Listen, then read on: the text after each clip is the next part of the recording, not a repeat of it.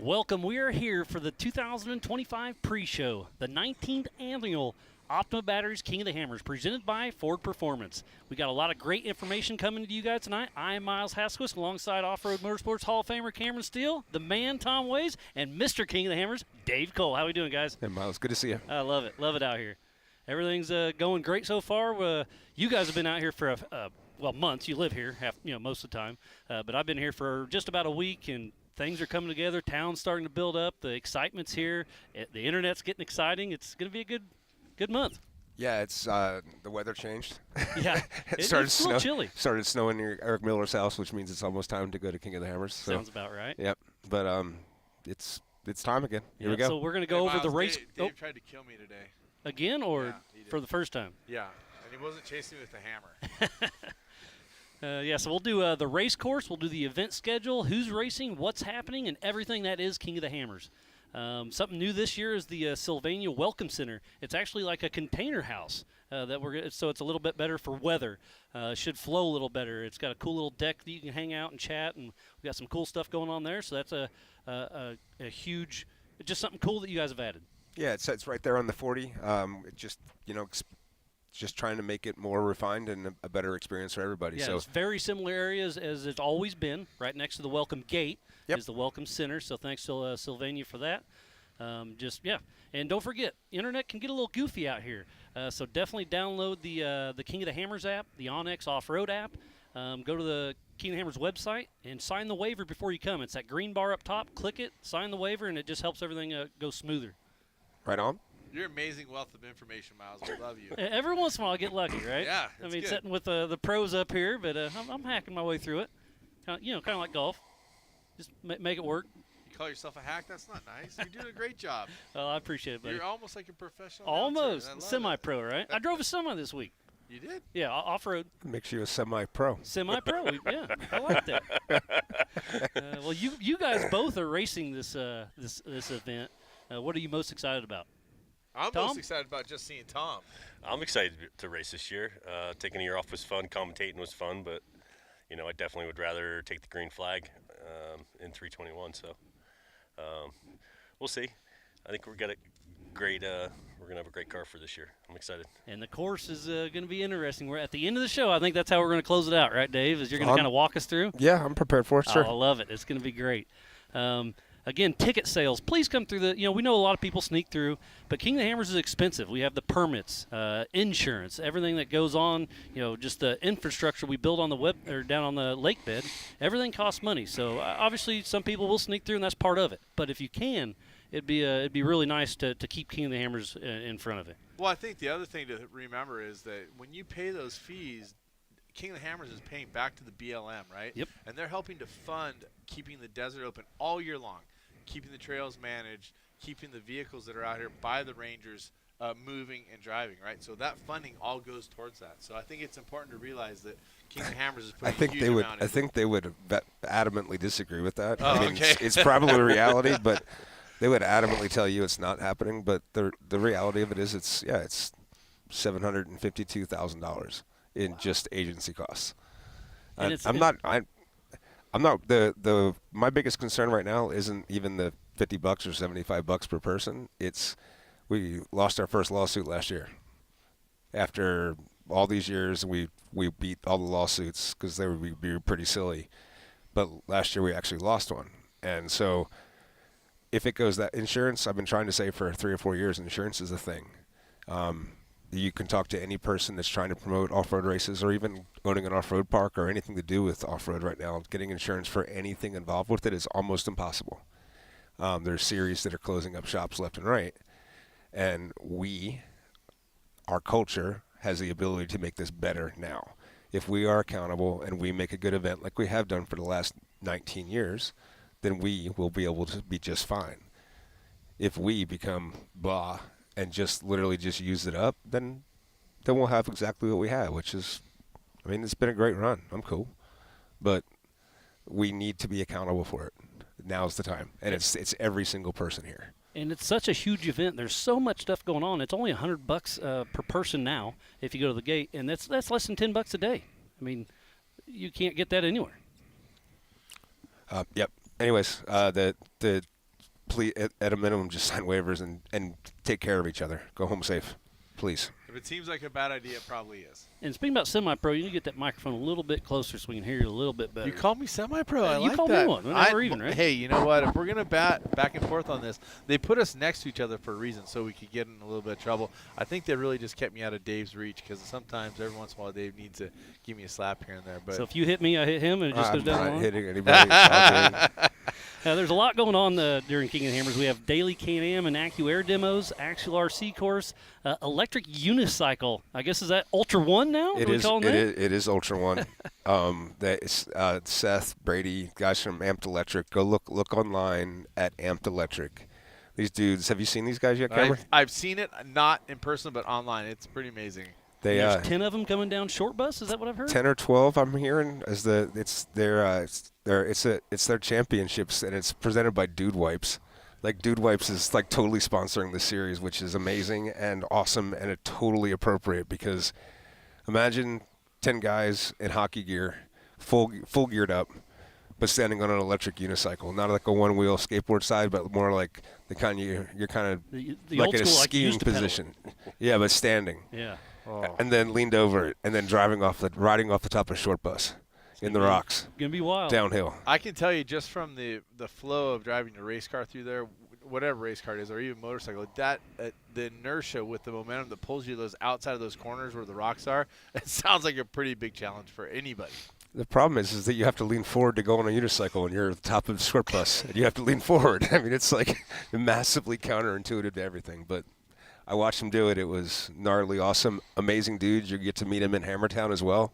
You just go up and introduce yourselves. I think they're going to have like a little training area. You can learn how to do it.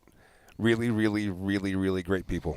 And, yeah, you can just meet about anybody out here. It's really cool that so many people come out here. It's great. We also have the Overland Outpost, X-Rock. Let's talk a little about that. That's kind of why you got into this is extreme rock crawling, right? Yeah, and I went out to go to one of Hans's events last year. It was amazing. Everything about their culture, the way they are doing events. I mean, I got even if my car ran well, I still got my butt handed to me by everybody out there. I got crushed. And I'm still going to sign up for it here. I'm going to get crushed again, but they make good obstacles and they make good stuff, and it's fun to watch. Are you and it's taking fun to our watch bomber the out? best in the world go do it. We're taking our bomber out. That was funny. You like that? Yeah. Well played, Miles. No, you have to understand, as Miles has it in him that yes, everything is our stuff. We're a team, right? Until it's broken, and then it's your stuff. Oh, no, then it's Robbie's stuff. It's Robbie's stuff. Someone else has to fix it. That's the bottom line. Yeah. So, anyways, the X-Rock stuff, really super looking forward to it. We did have a schedule while we're on the tangential other things. We did change the schedule today, but I think for the better with Class 11s to Saturday. That way they can party Saturday night. Yeah, Class 11s is the party. That's the fun. That's the good things. Why do that on Sunday night when everyone's going home from the desert race? We could do it on Saturday night right in the afternoon after the limited class racing. Have a great time, and then get on with the unlimited racing on Sunday. Yeah, it's gonna be a good show. Something new this year, the Monster Stage. We moved it up to the 40. We did move it up to the 40. That goes back to it. It's going to feel. I think it's going to feel better. That's a cool area. Yeah, it's going to be pretty cool. Kevin, the Reardons are amazing people. His kids run the place there, and if anybody's looking for a place to camp at the Hammers and they just want a different experience than just public land kind of thing, check them out. They're good people. And they work with me for the Hammers. We work together to make it happen, and I'm looking forward to another great event. What a beautiful facility over there. At the Oh, man. Yeah. So It's cool. Yep. Absolutely. You do have to have a King of the Hammers wristband to get into the Monster Stage over at the 40. So we're just trying to keep everything simple. Yep. It's an event. Let's talk about safety this year. We're kind of encouraging people. It's not a must, but it's encouraged. Run a whip or a flag. We're giving flags away. We're giving it away. Please I'm asking you, please run a flag on top of your car. For this simple. event specifically, I can't.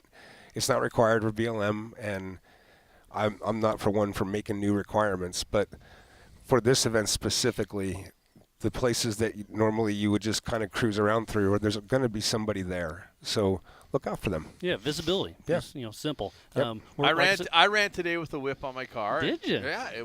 it was perfectly fine. I loved it, and actually, when I took a photo up on top of the mountain, I could see the whip, and it added some aesthetics to it. I thought it was fun. It doesn't have to be a whip. It's just a flag, and it doesn't have to be. I mean, you're already running a pre-run flag on your race car to pre-run. You don't need to run it during the race. So that everybody that's going to start preparing to freak out about it, I'm not changing your race. It's if you're cruising around the desert, put something on top so people can see you. That's it. Yeah, Sons of Smokey and Bronco Wild Fund have helped us out with that. We aren't supplying poles, so bring a pole. And we sell those at the general store under $20. And speaking about the general store, it's the Jegs General Store presented by AccuAir. What'd you forget? They got it. I mean, they got toothpaste, they got shirts, got a little bit of everything out there. Yeah, it turned out to be a really great flow last year. They learned a lot from it. Same group back making it happen, and I'm excited. Yeah, it seems like it was a good addition to the event. For sure, yeah, and it ran good and had plenty of stuff in there. Once back again is the Warren VIP. You have food, you have heated viewing area, flushing toilets, heat. It's gonna, I think that's only $600. We still have tickets available. I know, Tom, I've seen you in there before. I definitely have been in there before, and one of my friends is talking about doing it this year as well. So, being a Warren athlete they're a great company. Can't say enough good things about them. Yeah, Warren and Factor 55, they'll have their big booth there in the Warren VIP, and it's just another great partnership that we keep relevant. Yes, sir. Well, we're clicking through this all right, aren't we? You really are a semi. I'll take that. Pro. VP Race Fuel, again, you can go on our website, pre-order it. It's under the competitor drop-down. Hit that link, and it takes you right to their page. So VP will be out there. Buy the 40 once again with fuel if you pre-order it. And I think you can just buy fuel, too, right? Yes, you can. Yes, you can. They sure make it easy bringing the fuel out. 91 N race, and I believe diesel as well. Yeah, I mean, you have a lot of race cars. A lot of race cars. So they bring it out. I don't have to haul it. It's Yeah. perfect. Yeah, so it's not only do you have the quality of the VP, but you know they're going to be right there. So it's super easy to do. Yeah, again, thank you, everybody, for tuning into the official King of the Hammers YouTube. That's where we'll be live all event long. And if you want that premium, it's only $24.99. And you can see all the cameras. You can kind of run your own show. It's super cool. You don't get the commercials. It just kind of keeps the flow going. And, again, the action's amazing. But when you have 13, 20 extra feeds, you can kind of click through. Starlink's a big thing right now. You can see all the – what are we selling that package for? $24.99. Okay, so I'm certain of. That would be the best $25 anybody ever spent because it'll go on for the year and the things we've been talking about for the last year have come to fruition. The way we're tracking data, the way we're being able to up the experience for the people that are watching the race, both from an entertainment standpoint and education, like seeing the data, understanding what's going on with the cars. Even what doesn't happen live, as the data comes in post-race, we will re-inform the show. So when you go back and watch the show the next day, everything that's come in overnight, the next day, 2 or 3 weeks later, it'll be available to tell the story part of more of the story. There might be footage available 2 or 3 weeks after the event that wasn't available live. Yeah, and that's where we're going to put it. That's awesome. So, and it's archived, and go check it out for sure. Yep. Well, you kind of glazed over pre-running a little bit. You do have to pick up your flag at the PCI booth as well as your GPS file. That's the January 30th at noon at PCI. We've been doing that the last few years, and get the flag, get the GPS file, and let's go racing, right? Yeah, and we're going to kind of bend a couple norms here. I'm pretty sure I was told that Chris Ray was coming here tonight. I'm not sure. Chris, you out there? I think Chris Ray and Steve Lutz are coming up together. Anyway, I'm going to walk through the files been sent over to PCI already. The file's done. The VCPs are done. I'm confident that we have a good file that's not going to be the shit show that it's been. And pre-running, desert is counterclockwise, and rock racing is clockwise, right? Yes. So there's the pre-running for the first 4 days of the event would go counterclockwise towards back door out of the start-finish line area, and that's for the desert guys. Desert guys. Yep. Assassins, whoever. And then they share a similar footprint, the same footprint for their lap one or the main lap of desert racing. The red lap is the lap one of rock racing. So first 4 days, just drive it in line with the desert guys. You can still see all the things. In fact, it gives you a better perspective of the race course if you think about it. And then on Monday morning, we will reopen it again, and we will actually remark it as a rock with the appropriate mile markers going the right way and all the turns going the right way. Flip it and remark it again before the Thursday long course race for UTVs. Perfect, yeah. I mean, we kind of did that last year, and it's the course kind of goes back over itself, so it's not as rough. That's part of it, right? Well, yeah, there's two things. One, if you did 5 days, if you did 10 days of racing the same way, it's not only rough, it's not even, it's horrible. Secondly, but it really did even out. It did end up making for a better course, I think you've raced both ways. Yes. It made for a better experience both directions, and it gives me some latitudes when I'm designing the course to do things differently. It's a challenge. I mean, the reality of it is you can only go counterclockwise with trucks if you're going to go through Emerson, because with desert vehicles, because two-wheel drive can't go up Emerson clockwise, right? So, and even if we can, we don't like to. If you're me, but gravity helps. Yeah, gravity helps going the other way for sure. Yeah. Hey, Chris Ray's here. Right on. Yeah, Chris. Well, after this, Chris Ray just got here. After this, we're gonna go through the file, and that way, turns out you have a voice, Mr. Ray. People listen and people understand what you're talking about, and so we're gonna get to a comfortable place that we're together on it. Is that fair? Appreciate you, Chris. We'll see you soon. Well, I think the foresight of just having the opportunity to have different courses in different directions, and having Dave thinking it through and coming up with all these different plans, it's pretty amazing, because it makes those of us that are racing multiple races really think about what we're doing and how you can race the course differently in different directions. So I agree with Dave that it opens up different possibilities and different opportunities to see it in both directions. And the course is different when you're going backwards. 100%. It's a left or a right. Which way are you going? Well, historically, most of the hard trails have been done downhill, because that's how you keep race flow in certain times when you don't want to have bottlenecks. So he's trying to design a race course where you have the most amount of racing. I think I don't know what the course is, and I can't wait to hear it, but I think, people have always asked me, what's the longest spot where you can pass on the whole race course historically? And I would say from the top of Resolution to the start finish, because you can run people down in that section, and you can see somebody as you're coming down Resolution, and you can gain on them by the time you get to short bus, and I think it's awesome every year. So I agree with you. There's not a lot of dust in that section, right? You're able to race through it and get these little sections of slow down, and where you can see the car in front of you just a bit, and you can kind of give chase, and you can see what they're doing and what else you might want to do differently. It makes it fun because you can see it, and like I said, it's not so much dust there. And then something a little different this year. Everybody has to get off the lake bed by February 12th, because the Marines come in, and we've been working with them, and they kind of set their dates. We set our dates, and so this is my big ask. I need help. How are you going to get the place torn down? We're just going to do it. We're just going to do it. I pulled mile markers pretty consecutively. Well, so with help of Charlie and a bunch of other, we have a great course marking crew, marshal crew, and we're going to be leaning on everybody we have on our team. Plus, I'm asking everybody else do their part as well.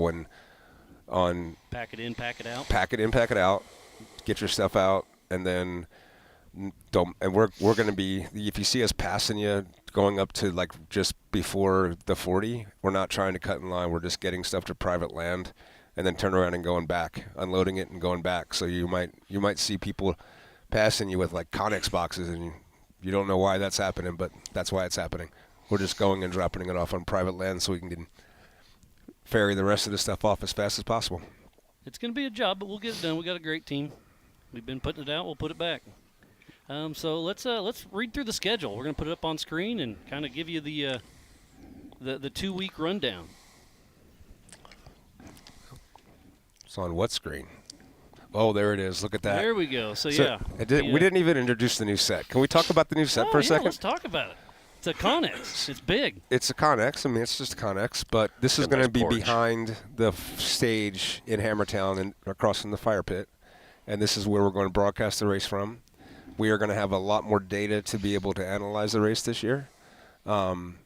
And so this is a way to be able to show it, manage it, and also when you guys finish the race, guys and girls finish the race, you can come up here and talk as opposed to that awkward like in-car interview. You get up here and kind of more like the F1 finish, like the green room after an F1 race, except for all the racers that get here. This will be their opportunity to tell their story in a more pretty awesome place, and I'm proud of. That's cool. James. I like that. James and Masters. James, he had a guy design it. Ron Schaefer and his guys built it, and to make this all happen in a few weeks, and then this is going on the road with you all year for Ultra 4. All right. Yep, because it's I heard about it. It's built to travel, and then it'll be your set when you go around to all the Ultra 4 regional races next year. That'll be fun. So please bring it back. Well, I'm just a semi-pro, so I can't really drive it over the road. So somebody will have to bring it back. That's the full. Like you've fully run out of that joke now. All right, so let's run Until through the schedule real T-shirts quick. start popping, Dave. Someone's gonna get him a T-shirt. So Friday, that's for the King of the Motos weekend. The GPS download, tracker, riders meeting. Saturday, it's the race number 1, 2-lap race. Sunday, race. You can read through it too. Lap 1, 8 miles. It's gonna be you're racing dirt bikes again, Cameron. Just right? 8 miles. That's Yeah. all right. How many miles of that is pushing? A few of them depends on who's riding. 7.5. Right, I bet. Yeah, Justin, the race start to finish uphill both ways. I know now. Justin's been doing this for like 6 years. He's got some good courses. Oh, yeah. But We'll bring you know what? Justin and Lou up here in just a moment and have them kind of chat us through, and we'll let them dive into the details a little more. We have the Jeremy McGrath hole shot that Lou will be talking about here in a little bit, and the King of the Grand Prix. Something new this year, so that'll be a lot of fun after the racing. And then we kind of take a few days off, and then Thursdays, the rock races and desert start pre-running. And then Friday's limited qualifying and tech, and then Saturday we will go to both. We start the rock crawling on Saturday as well do the limited class racing. And do you know where you're doing the rock crawling? I do. Does anybody else? Do you want to tell them? Some people do, yes. All right. That's a no. Yeah. It'll be fun to watch. It's not been driven on. 100%. 100%. One of those. It's really cool rock. I mean, it's really big. It's very Cougar Buttesy, kind of like sandstone rock that way, but over here close to the lake bed. Sweet. So it'll be spectator friendly for sure. Very spectator friendly. You can drive up to it, just kind of enjoy the time, and you can come and go. And it's near the desert course. Within about 150 yards, you can sit and watch both. You can watch the limited class race go by you on one side, and you can watch rock crawling right next to you on the other side. That's awesome. That's why we chose Best that of spot. both worlds, huh? Yeah. And then we have the limited classes, and then the PRP Class 11 race presented by Impy. It's a 7 to 10 mile course, similar to the desert qualifying. Wow, big course for the 11 cars. Yeah, and it's a 1 hour race. And are they doing the land rush start, or I kind of heard no? I am not. I'm leaving it to the group from the Class 11 guys to give me some more details that they want. I do not believe we're doing a land rush start. I believe we're doing a short course base start. Okay. The course itself is based around the desert qualifying loop, which is counterclockwise around, basically the mountains that are make backdoor that area. You go around it counterclockwise, and there's no. You can go wide and smooth, or you can go really tight, take a mile off the race course, but do it in 3-foot whoops, and go through 3-foot whoops too while you're doing it. So it's I'm not even really sure. Looking forward to seeing what happens there. Cause how long's the desert race, Dave? Desert race is 65 miles. Sorry, if you want me to say it again. Unlimited qualifying Saturday morning. Saturday morning, yeah, yep. Skipped over that a little bit. Sorry. Yeah, I'm sorry about that. So we're split. So and qualifying's not prologue. There's prologue this year. So it's just your position, not a time. It's just position. This year I think it's going to be dusty. I think qualifying is going to be a big deal. I believe that and we're going to try to go back to. We're going to see what it's like to go back to just the qualifying thing as opposed to carrying the time over in a prologue. Just to switch it up a little bit. Yeah, that'll be fun. And then the Pro Eagle Pit Crew Challenge that night after the Class 11s. Yep. It's always fun one to watch. And then we jump right into Sunday. the Unlimited race. Cameron? Yeah, You're that's going to gonna it, be right? exciting. We forgot something cool there that I want to talk about because Let's hear it's it. not there on it all. That's Saturday, Sunday is the Best in the Desert series race as well. You are correct, yeah. And- It's and- a points race for them. I realize, I mean, more than anyone, I realize there's all kinds of politics and there's all kinds of crap and everybody's choosing sides and doing all the junk. This is an opportunity to go do racing in front of a lot of people, and Best in the Desert's been doing this for a long time, and I'm glad I'm thankful to be on a group that's working towards safety and other things that it encompasses all the promoters, but this is a race that you should come out and enjoy.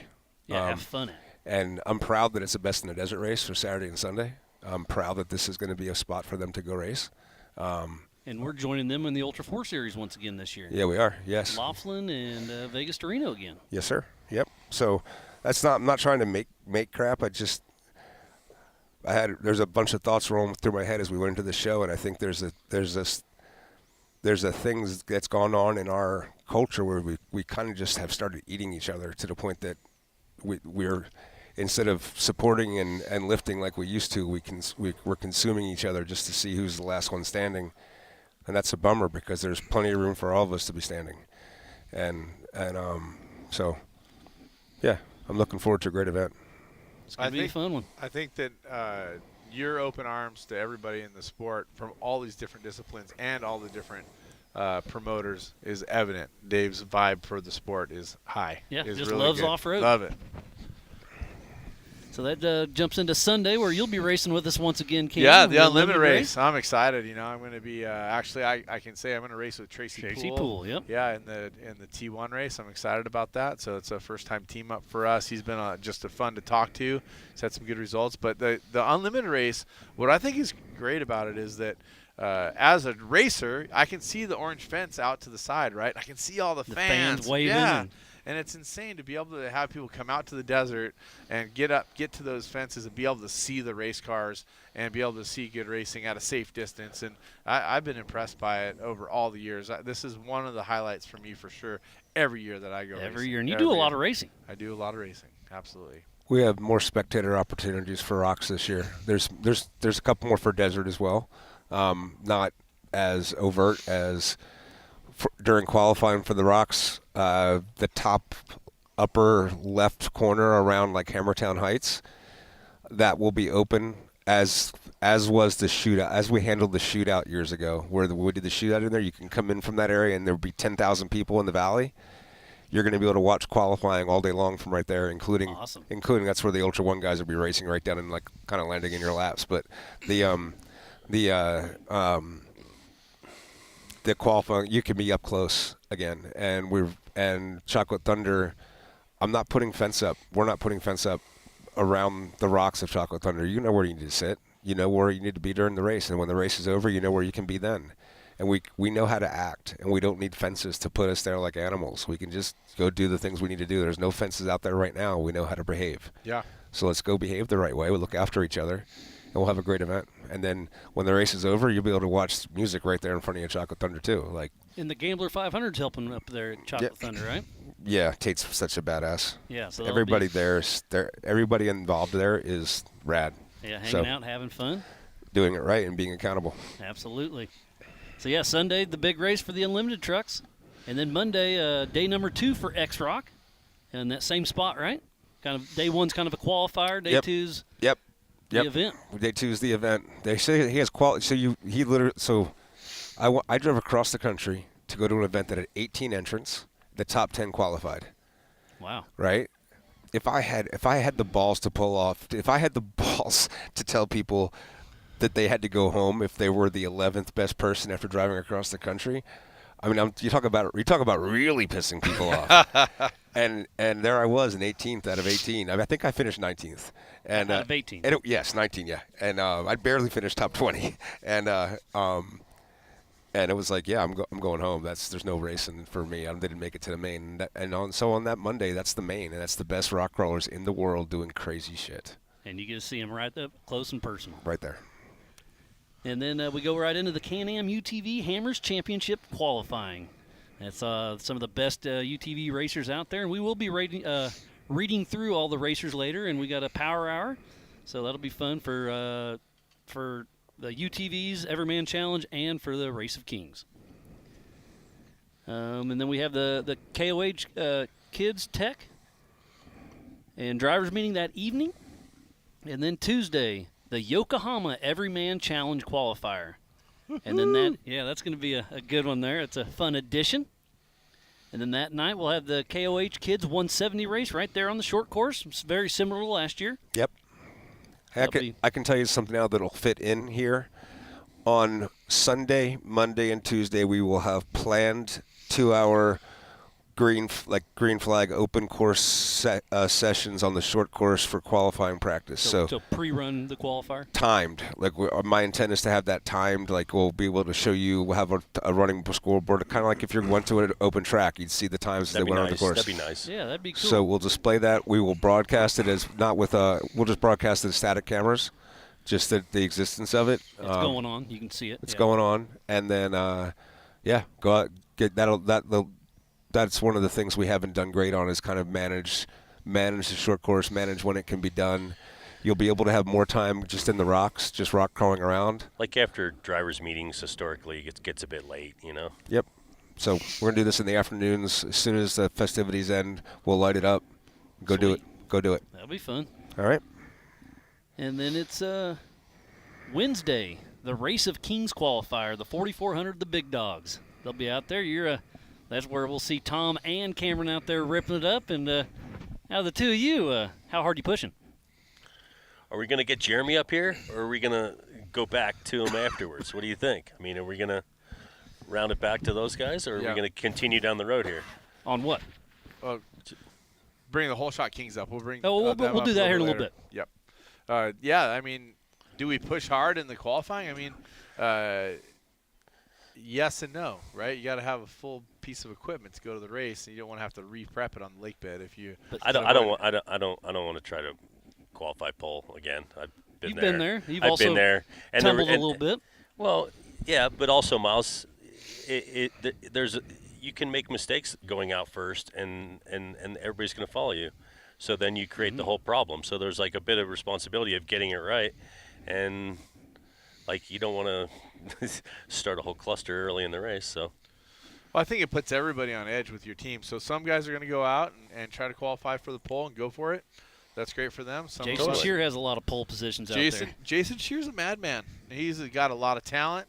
He's got a lot of focus. He doesn't make a lot of mistakes. He's always a favorite here at the race, and the same goes for qualifying at the Race of Kings. I mean, you can never count him out, and you can't say what he's doing is wrong, and you can't say what Tom and I might do is wrong. Everybody's got a little bit different vibe, and at the end of the day, I mean, we all got to get back to the finish line after 3 dastardly laps of the Hammers. You're also playing to your strong suits. Some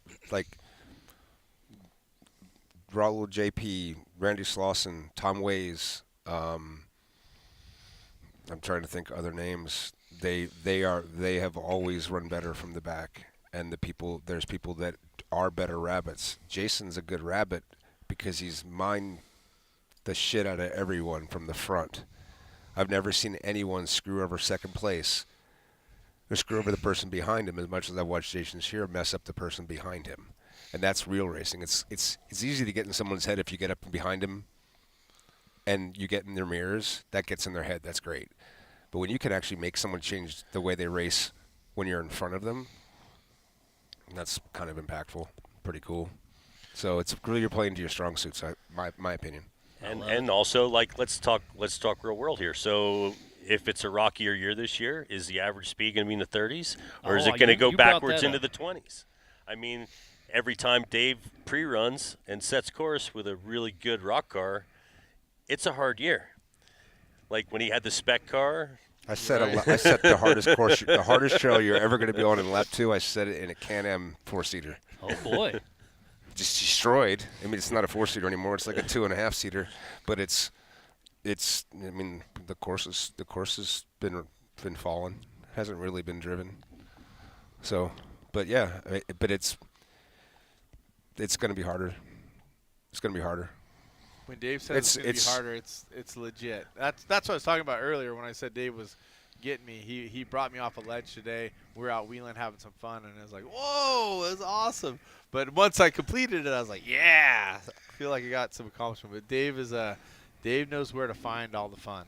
Is that where the skid plate fell off, Cam? Yes, I did. I don't think it actually fell off. I actually think it might have ripped it off. Is that fair to say?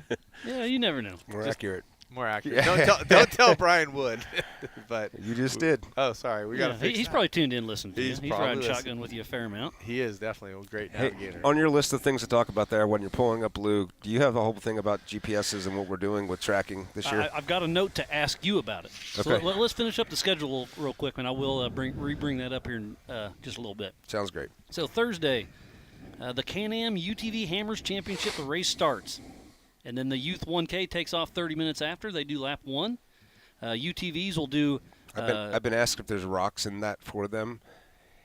There's not rock trails like there's not Clawhammer or even Aftershock, but there's much more technical, difficult, adventurous testing terrain than we would normally have in a lap 1.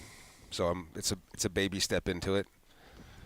I think the way it's going now, we obviously need to start providing a better challenge for youth racers. It's obviously our future. It's the way to go. We just need to graduate into that and figure out the best way to do it. awesome. Looking forward to that challenge. And let's talk about laps. So lap 1, 2, and 3. They're red, white, and blue. That was your idea, the good old American. I love it. Lap number 1 is 65 miles, mainly desert, a little bit of rocks like you said. Lap number 2, 85 miles, with some pretty good rocks, right? You said some of the hardest rocks you've seen. Okay, no, don't take my laptop yet. I'm not going to pull up the course yet. And then lap number 3 will be 75 miles just for the Race of Kings. Yep. So, and that's we'll get in that later, but that's I like your strategy there. So that'll be fun, and then There's one remote pit. We're not going. So standard remote pit number 2, but that's the only pit we have. we're not going to Anderson Dry Lake Bed. We're going to go into the Marine Base, and then we're going to go back over towards Emerson or vice versa, depending which way you're going. And we're going to go out through the desert every lap. What's different this year is lap for the rocks. What's different this year is that lap 2 will be harder than any lap 3 we've ever had. So lap 2 is lap 1 plus 20 miles of rocks. Lap 2 is the harder than any lap 3 we've ever had in 4,400, and it's for all classes. You excited about that in your UTV? I'm excited about it all the way around. That's why I'm here. That's why I want to race. It's not harder because it's bigger rocks. It's just harder. It's long. It's brutal. And it's navigation because it's not a dirt road between rock obstacles like what you're seeing on most of the trails that you go on now because they've been run for 30 years. So this you're going to actually, it's going to be different. It's going to be different than you pre-ran. It's going to be different than the guy that was in front of you. Yeah, because the course changes. The course changes a lot, especially so with those big rocks that slide out of the way. that's why it's more difficult. Not because it's got some 30-foot waterfall, because it's got a mile and a half of rocks in a canyon that you can't drive around and you've never seen before. And even if you try to pre-run all of it, you can't pre-run all of this race, all the new stuff, and get it done in the time frame that we have course available for you. There's more rock crawling. That's going to be fun. So that's Thursday, Desert's and then Friday, cool, too. the Yokohama Everyman Challenge. Same course as the UTVs, lap 1 and lap 2. And it's going to be fun. 3 classes, the 4500 Yukon Gear and Axle Modified, the 4600 Curry Enterprise You said stock Yokohama class. at the beginning of that, right? Do it. You said Yokohama. Yokohama Everyman Challenge, yep. I'm very, very thankful for that opportunity. Yeah, they and that stepped up. partnership. It's cool. Yep. And then one of our longest sponsors, the Brannick 4800 Legends class. Glad to have Stan Haynes. and Brandon back. Mm-hmm. And I just saw Brandon moved into the president role at Brannick. So Stan's kind of stepping down and Brandon stepping up. Pretty cool. Love know seeing what? that. It's, yes, nothing but good for that family. Amazing. And then the big day, the Race of Kings 4400. You'll see Tom Ways, you'll see Cameron Steele, and all the Kings, the Gomez, Miller, Healy. It's going to be fun.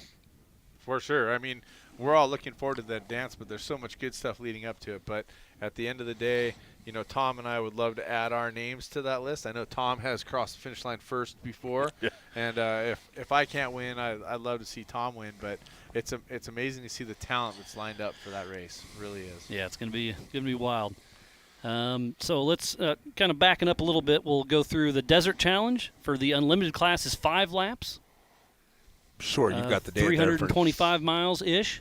For the unlimited, sure, yes. You've got the data. Limited, B2s, B3s will do 4 laps, so 260 miles there. B4s, T3s, T4s will do 3 laps, so roughly 195 miles. And whatever happened at the finish last year, where I get Grand Prix finishes, but evidently it was a very tight margin Grand Prix finish where a lot of people didn't get to finish their whole race. You'll have plenty of time to finish your races. And then the 1400 and 1450s will do 1 lap, and they'll start after everybody again. Mm-hmm. We went over the Class 11 7-mile loop, 1-hour race. Went through those. I think we're doing pretty good. So I think we're going to bring up Lou for the McGrath Grand Prix and the hole shot. So I think Lou's out there. We'll bring him up. This sounds like a lot of fun. Yeah. And you're going to hop in on the hole shot, right? Well, I'm going to give it a shot. How can you not want to do the How whole can I shot? not? I mean, dirt bikes, and I don't have my dirt bike here. I want to do it, so I have to qualify. So you have a King of the Motos dirt bike. You have a hole shot dirt bike, and you got that other fancy one. Which one are you going to bring? All of them? I'm not sure. I'm trying to work on I really wanted to bring a legacy bike for the whole shot. And so one of the things I was thinking about doing is bringing a Trigger Gums World Record 500cc bike.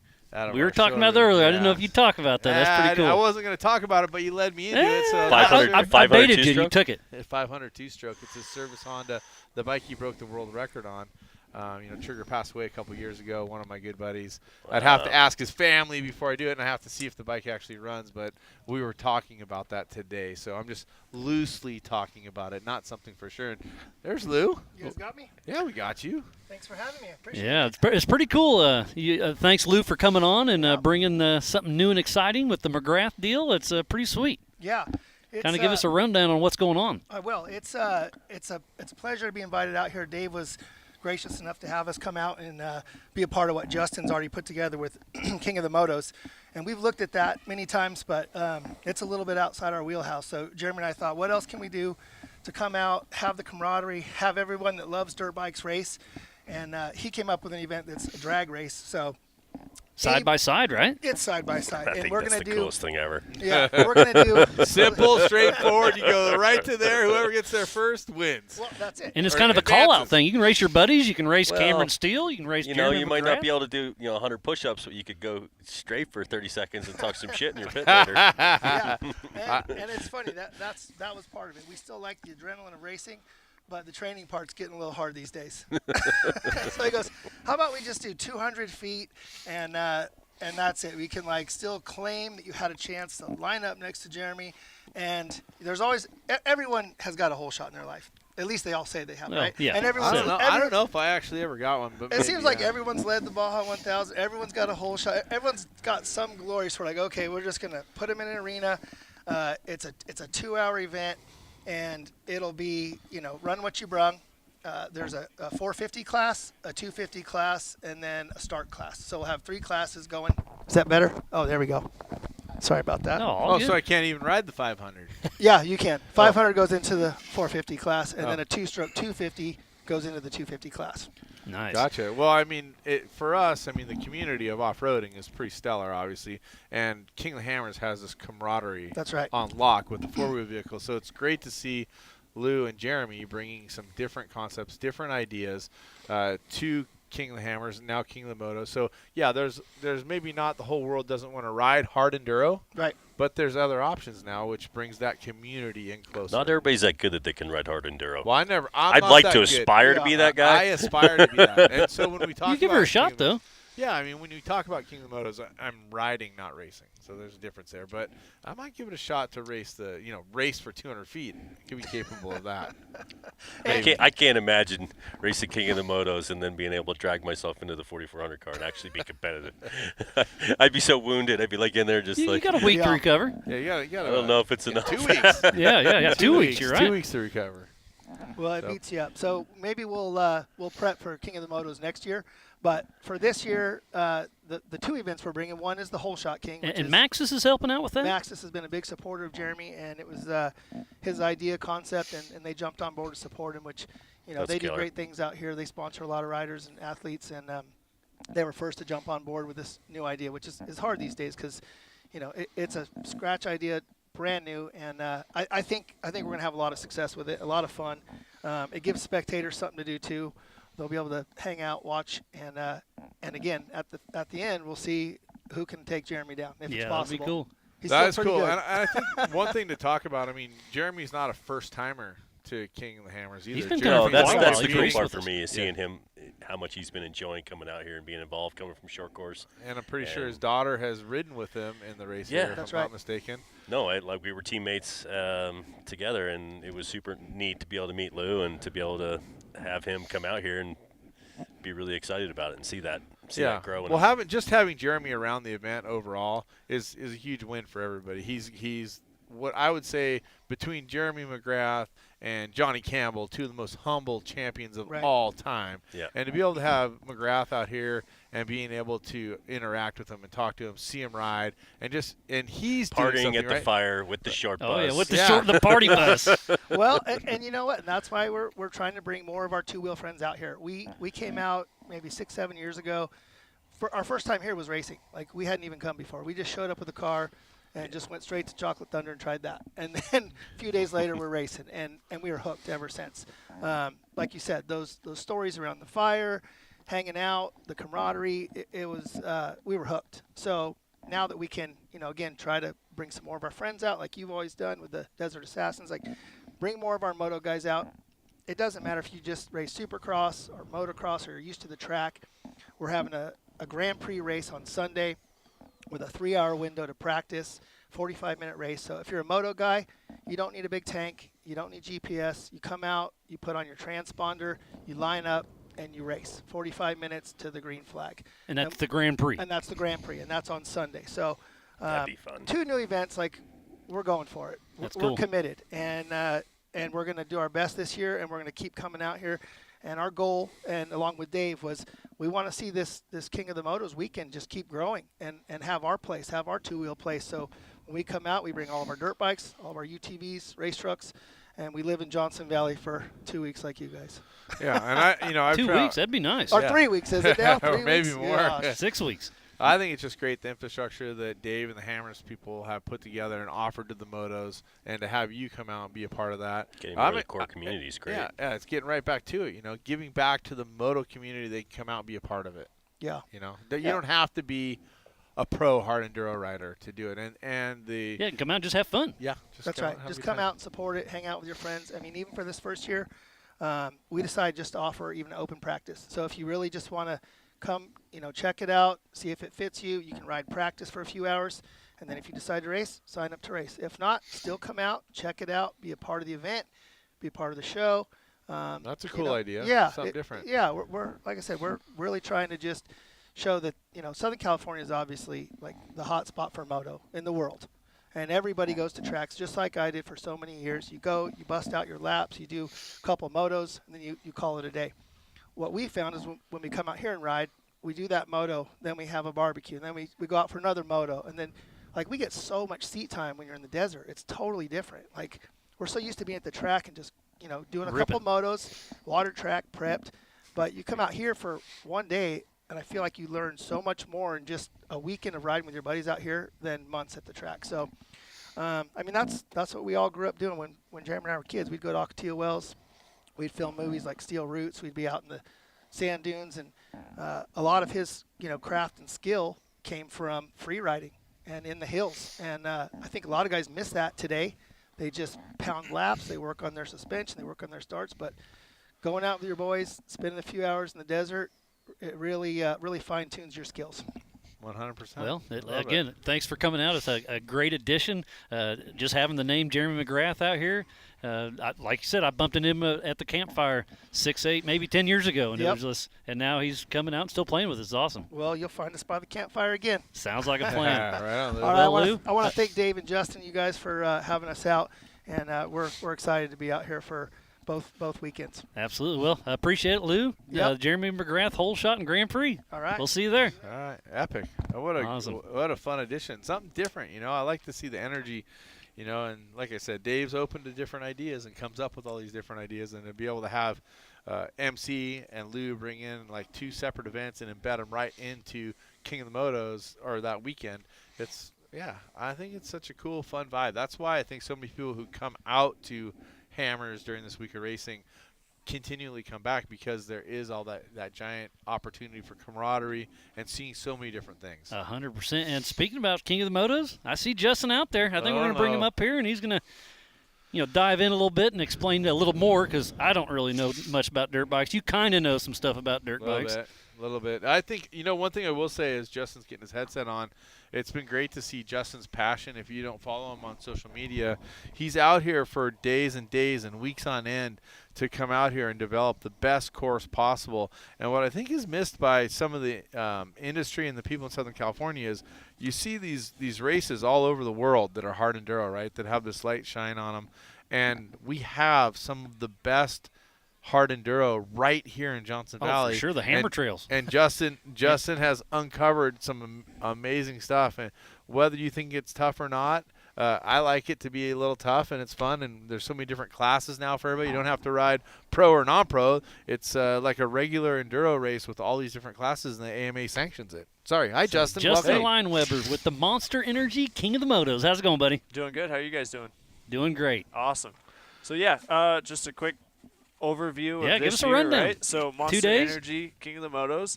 We're being supported by some local companies that I want to give a shout out to. We've got North American Drilling, Bob's Auto Glass and Tint. We got Fred's Tire. I have some personal friends, the King family, that's helping us out with that. Who else do we got? Chambers Drilling, and I'm missing one. Sorry, We're going to miss a couple, too. So this year, we've got, like you guys had on the schedule, Friday, tech, sign in, get your GPS course. No one knows the course until that day, till Friday at noon. And then You've thrown out a few hints, though, and I've seen some of your pictures out there. Yeah, you're going to have to feed it. a little hints like Dave does here tonight. But you mentioned the GPS. Is it offered in different styles, right? So some people use a traditional GPS. Some people use a phone. How many different ways can they download? They can take the course that you give them and put it in anything. Absolutely. To make it work? Anything that you trust to stay on your handlebars, stay sturdy, and you can upload a GPX file or a KML file even. I can email it, or we download it right there to your device. Garmin, TrailTech, phones, pretty much anything you want to use. Awesome. So the files can go into Onyx, for example. Exactly. Yeah, definitely. Cool. We use Gaia and Onyx seems to be a really good partner. Yeah, it's a good in showing interface. it. Yeah. For me, I really like it. So. Yeah, and they got a great app you can download before you get here. Yeah, Absolutely. yeah, we've worked with them in the past, and it's become something that I'm very familiar with. And yeah, there's a lot of good opportunities out there, but being able to download it into whatever you want is a key, I think. That's helpful. Absolutely. Yeah. Absolutely. And it's a two-day format, right? Yeah, so we'll have just kind of the riders meeting on Friday night that'll be live. We'll get to tell them a little bit about the course, what to watch out for, that kind of thing. Saturday morning. Watch out for rocks. Yeah, Watch out there's for gonna be steep a rock. downhills. Watch out for big hill climbs. Okay, I got it. I guarantee you I found a rock in Johnson Valley, so we can go hunt it. So Saturday morning we'll start off 10 a.m. right outside of Hammertown. If you're familiar with where the Kawasaki booth has historically been, we're just around the corner. On the way to back door. On the way to back door. We're going to start up there like we have in years past. A couple years ago, we started up that hill there. Yep. So I'm not going to give you the lines, but they're there. So if you want to go pre-run it, go find it. We've got about an 11-mile course of like lap 3 hard, hare and hound type stuff. So hard but not impossible. It'll set a good stage for Sunday. And it carries over, right? Absolutely. So where you finish on Saturday will set you up for your starting line on Sunday. 2-lap race, decent difficulty. Second lap, we ramp it up a little bit just to weed out, set that starting order for Sunday correct. And that Saturday morning start is awesome. I mean, it's just organized chaos going up the hill. It's one of my favorites to watch for sure. Yeah, we'll have rows of about 20. And this year I split it up. Instead of starting them one on top of the other, I'm going to give them 2 minutes in between. And that'll just give them less bottlenecks right off the start, that type of thing. Give everybody more of a timed challenge. And on just Saturday. like everything King of the Hammers, it is on adjusted time. So Absolutely. you're not racing the person 2 minutes ahead of you. You're racing your time. Right, exactly. So Sunday morning, we'll start off at 9, Chocolate Thunder area. That's all I'm going to say. Perfect. Uh-huh. It's 4 laps. This year, I put in the 4th lap, which is completely identical to lap 3.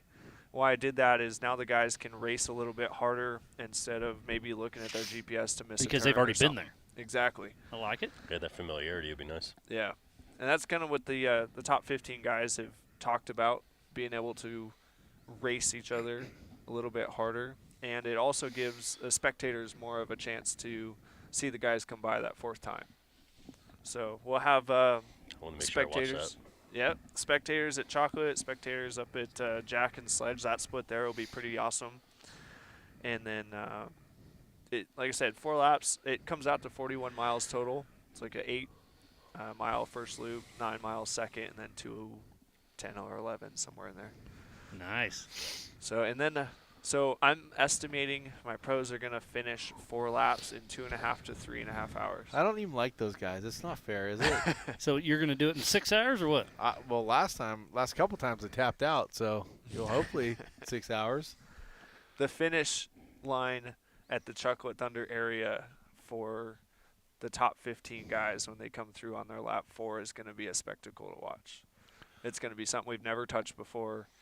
It's something that took us about 3 hours to walk it the first time. We moved some boulders just to make it safe.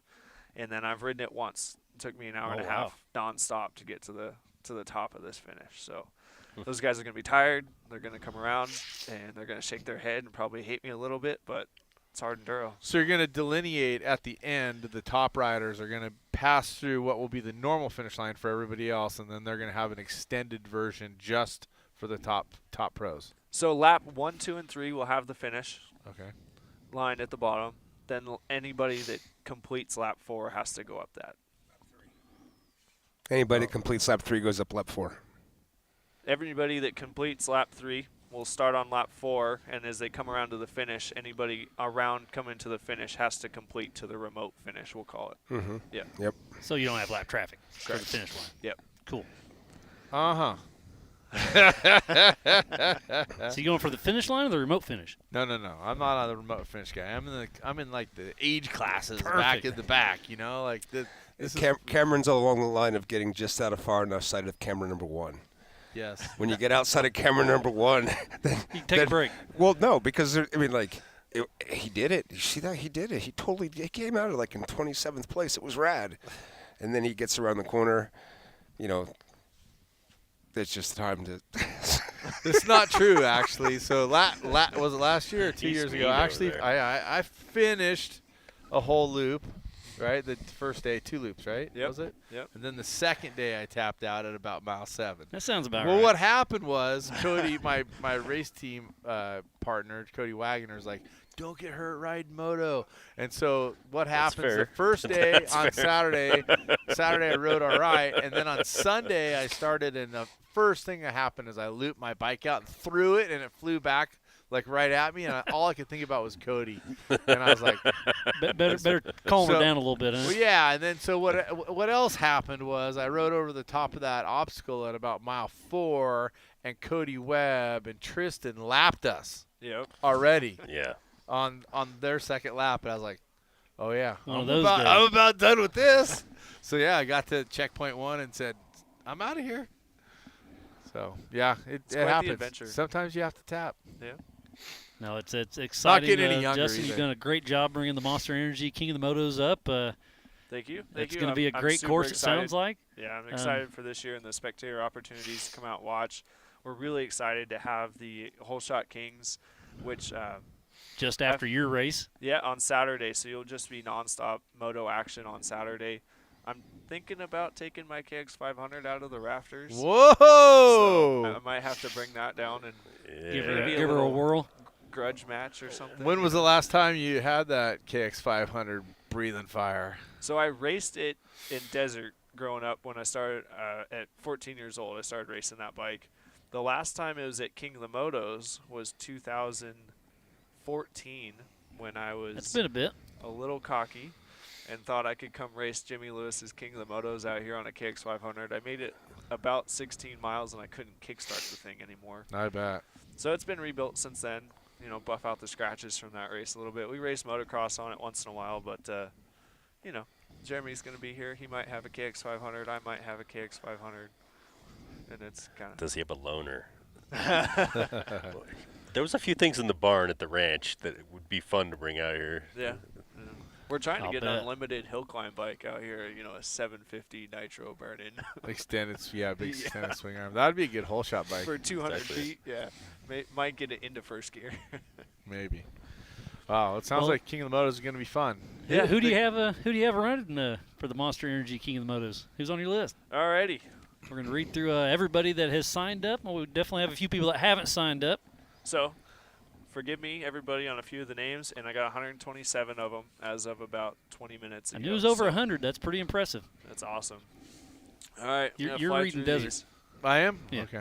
So we got Cooper Abbott, Riley Bender, Robert Cornwell, Jean-Derek Cote, Devin Finaro, Tristan Hart, Braxton Hintz, Jared Jasicki, David Camo, Jared Lamb, Daniel Lewis, Hayden Mosa, Joe Nemeth, Justin Remley, Brandon Petrie, Conaboy, Cody Webb, Quinn Wenzel, Addie Albrecht, Katie Hall-Leah, Grady Asplin, Tog Berg Jr., Brandon Bird, Colin Calvert, Daniel Fraser, Zachary Griswold, Hayden Guest, Philip Kirk, Ian Claddy, Hayden Laughlin, Alan Pollard, Nick Puachoff, Sam Sovey, Preston Smith, Seth Steiner, Devin Stevenson, Ian Sullivan, Maverick Thaxton, Michael Udell, Tegan Warnick, Caden Wendling, Maxwell Wiggin. I didn't practice this one before. Ole Bekovar. Nailed it. Yeah, there we go. Cole Casterly, David Craig, Eric. I've never heard it said better. Yeah, that's true. Never heard it. Eric Danielson, Nick Hatcher, Jacob Nelson, Justin Nichols, Tyler Porras, Josh Priggen, Gregory Steele, Nate Vandervillet, Brandon Binford, Eric Heidman, Kellen Kajera, Tim O'Reilly, Josh Rempel, Billy Robertson, Juan Rojas, Steve Schumann, Adam Tripp, Petro Savorsky, Alden Anderson, Herman Aragon, Dave Daling, Taylor DeProw, Dylan Julian, Michael Kellogg, Mitch Piper, Jason Smith, one and only Cameron Steele, Sean Tesher, Stephen Thaxton, Eric Tourville, Justin Medeiros, Joseph Zabala, Nolan Albrecht, Cole Clarkson, Mark Gerloff, Paul Hardcastle, Casey Kostecki, Colin Kostecki, Bruce Lockerman, Jack Mildwaters from Australia is There coming you out. go. Yep. John Patch, Oi. Christian Saw, Lucas Smith, Pierce Day, Colin Frangie, Mike Kurkowski, Chris Hirsch, Michael Horton, Zachary Russack, Eugene Shalapov, Patrick Tabor, Easton Turner, Stephen Weatherly, Travis Baldwin, Waylon Clark, Derek Good, Brian Martinson, Keith McBean, George Meyer, Hiro Nakamura, Rob Von Esch, Ryan Warren, Mickey Blackford, Gary Combs, Cole Corgatelli, Sylvan Grease, Chad Lermer, Jeff Rocket, Diagon Anderson, Harold Harris, Aiden Manger, Jesse Ubermuth, Kevin Park, Chase Stevens, John Ebbett, Brian Natchigall, Troy Warnick, Caden Hatcher, Alice Albrecht, Aaron Foley, Judy Lee, and Cody Botchaspies.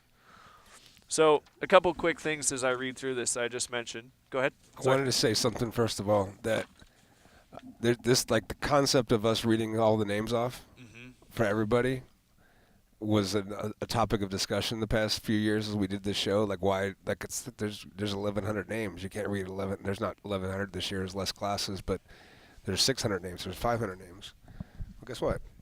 Without those names, there's no event.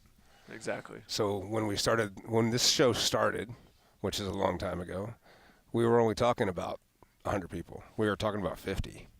Then we were talking about 100. And then we were talking about 150, then 200, then 250, then 300, then 350. And now we're talking about a lot again. Yeah, and over 500 for sure. But without them coming, there's no event. and there's no racing. There's still probably an event. That's probably a different Party's turn, gonna happen. turn of this thing, but Yeah. it's the thing. And I'm reading their names back in the day was a thing, and it was important, and reading them now is important. So thank you for doing it. And I'll back. Yeah, we used to do the first day we did here. Jeff and I had cards. The last thing before you can, while I'm interrupting you, I won't do it again. That's all right. Thank you. You're a badass, and you're not only badass for racing. You literally are carrying the sport. But what no one will ever know outside of here, you also carry this community. Your mom did it before you. You are native, like you are, like this is Johnson Valley. You are Johnson Valley. I'm proud to be your friend. It's amazing going wheeling with you. It's amazing how much you care about everyone around here and everyone that comes out here. And I'm thankful that I've been your partner for this. How do I follow that up? Thank you. Thank you. And cheers, and thank you for letting me, being here, putting on King of the Hammers, letting Motos be a part of it. It's an awesome stage that we get to come be a part of, and the course is awesome, and it's just an awesome opportunity. So thank you for that. Keep doing the things, man. You do them. You do them well. So The right best. quick, I want to give recognition to all those names I just read. There's so many different classes this year. We've got pros, we've got A's, we've got the age groups in A's, and the age groups in B's, and the age groups in C's. We have pro women coming. We have amateur women coming. We have a 13-year-old girl that signed up today to race. Is that close So enough? it's just awesome to see new blood in hard enduro and the pros coming out supporting the event. And since I'm not part of this cuddle fest going on, staying warm, I'm about to, You don't have the I'm heater about on. to freeze. You guys have a heater? I just got a request from the person that lives in my ear poof, man. And Scary. poof. And so he just said this scoots closer to Miles, and then I realized Same. it was Miles talking to me. So I was very sorry for the awkward moment. Again. Oh, All right, boy. thank you guys for having us up here, giving me the opportunity to share a little bit about King of the Motos weekend with, like I said, the Whole Shot Kings, the Grand Prix that's going on. It's all going to be awesome. We appreciate you, Justin. Thank you for the effort and the passion. I can't Awesome. wait to watch. I'm a fan. Very cool. We'll see you on race day. Later, brother. Love you, man. Appreciate Cheers. you. Justin Leineweber with the Monster Energy King of the Motos. Kicking off here in a couple weeks. And new daddy. New daddy this year. You seriously tried to race motos on the 500? So we're gonna I love that. We're going to read through all of the racers now, but I'm going to throw it to you before we do that, and let's talk about tracking. There's been some questions about it. It's pretty impressive. We'll split it up because I'm going to bring Stephen Lutz up here. So why don't you go ahead and break into Can-Am EMC, whatever, the Can-Am UTV race or whatever you would like to do the first one. Steve, come on up. And Desert Limited. We're going to throw this one over to Cameron Steele. Can you read that? Is the font too small? No, I can read that. So we're pretty stoked to have all these different racers, and as Dave said, it's not only King of the Hammers race, but it's also Best in Desert race. So these are the names of all the drivers. Justin, And you don't know this yet, sorry, but it is in qualifying times also. So at the 10 a.m. qualifying, oh, okay. we're going to kind of do it through that, and then we'll have power hour for our races. What about for me? I haven't entered all the classes yet, so. You're at the back of the pack, bub. What are you gonna be like that? Should've registered. Turns out, as we did, it's Ben Napier hit me up and is like, I know that we're missing Lauren Healy, Bailey Cole. Bailey Cole, yeah. So, sorry about your luck. We're going to stick with what we have. Appreciate you. No, okay. Well, I mean, whatever you got. It's been a good run. All right, I guess I'm not racing. So in the 10 o'clock hour, Justin Buckley, Justin Von Mettel, Ezra Eberts, Alex Welch, Brock Hager, Vito, and Brock Hager, by the way, leading in Dakar right Dakar, now. isn't Very that crazy? impressive, yeah. Thank you for shining the flag on the Americans. Vito Ranuel, Tim Stockwell, Kristen Matlock, Tyler Krepses, Michael McFadden, Wayne Matlock, Michael Lee, Caden McCachran, Doug Mittag, Zach Quinzons, Mike Pratt, Blake Wilkie, Tyler Stewart, Perry Mahoney, CJ Greaves, Cody Bradbury, Max Eddy Jr., Braden Sims, Dylan Schmokey, and Josh Rowe. Those will be your 10 a.m. qualifiers.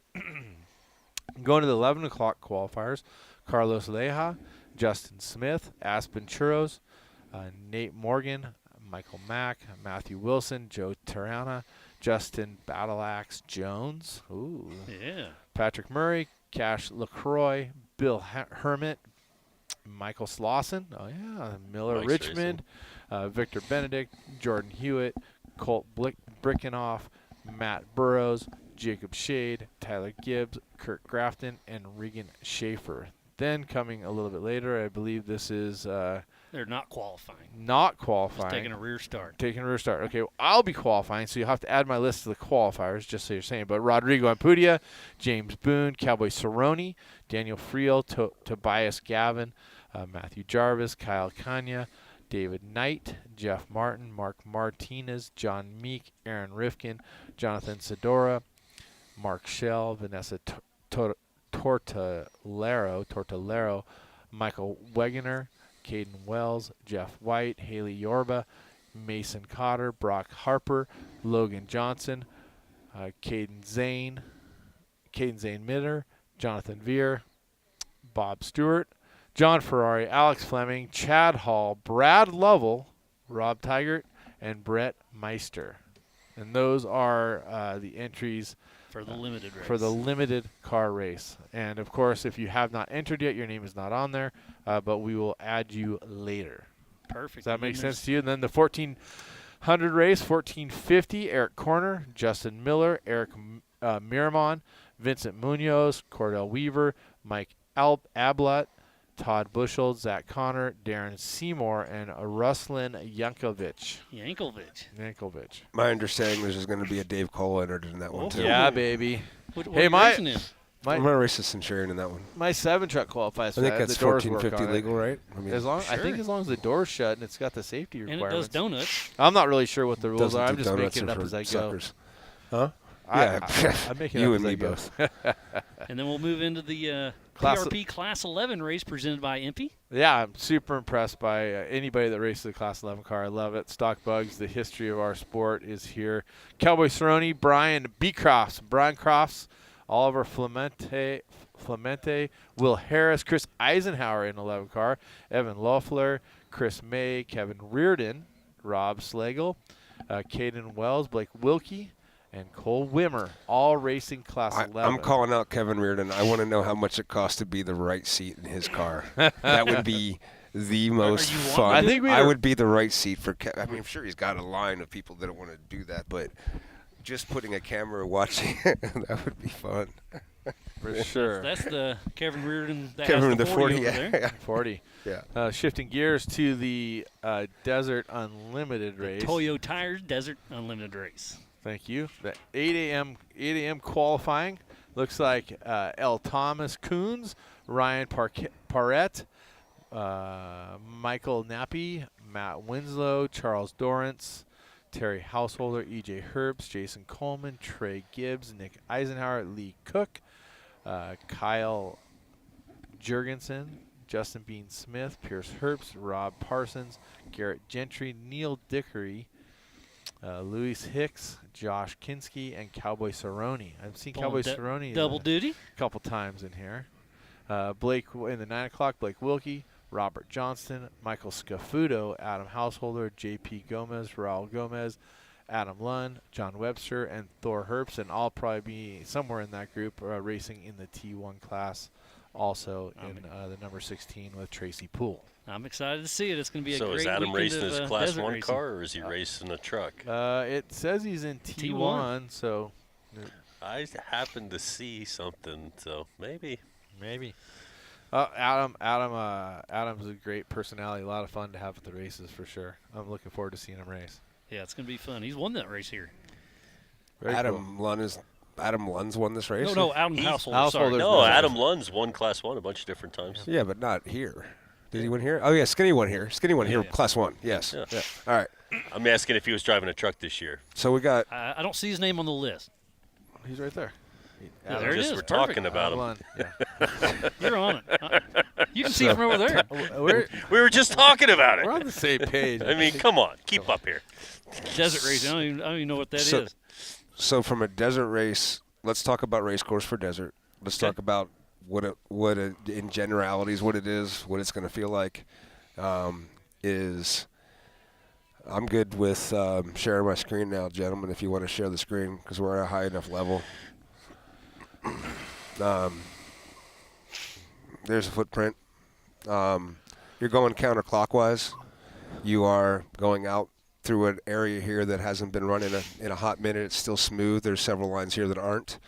I'm not sharing the VCPs here now because those are the things that are going to keep you on those lines. And I really don't want you out pre-running. In fact, you can't be out Skinny's pre-running. racing a Mason. Mason four-wheel drive truck. Oh, nice. Out across the MDR course, through the technical, down after shock way, but not the mountain, not in the rocks, obviously, around and up and over Emerson Ridge, the only way that's doable in two-wheel drive anymore. Staying along the edge of Emerson because I believe Emerson will be an absolute silt bed by the time the race happens. We haven't had rain in a while, but it's super fast around the edge. Gets super fun around here. This is the coolest 2 or 3 miles there is. Then you go up on top of the crossover. You have a couple really big, huge gotcha whoops. And the pit's out in that area too, correct? Pit's over at race mile 12.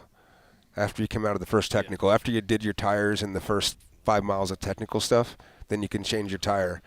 But then you have to survive back to Hammertown again. Do not, under any circumstances, try to think that you're going to pre-run this now and go out this way. This is the Marine base.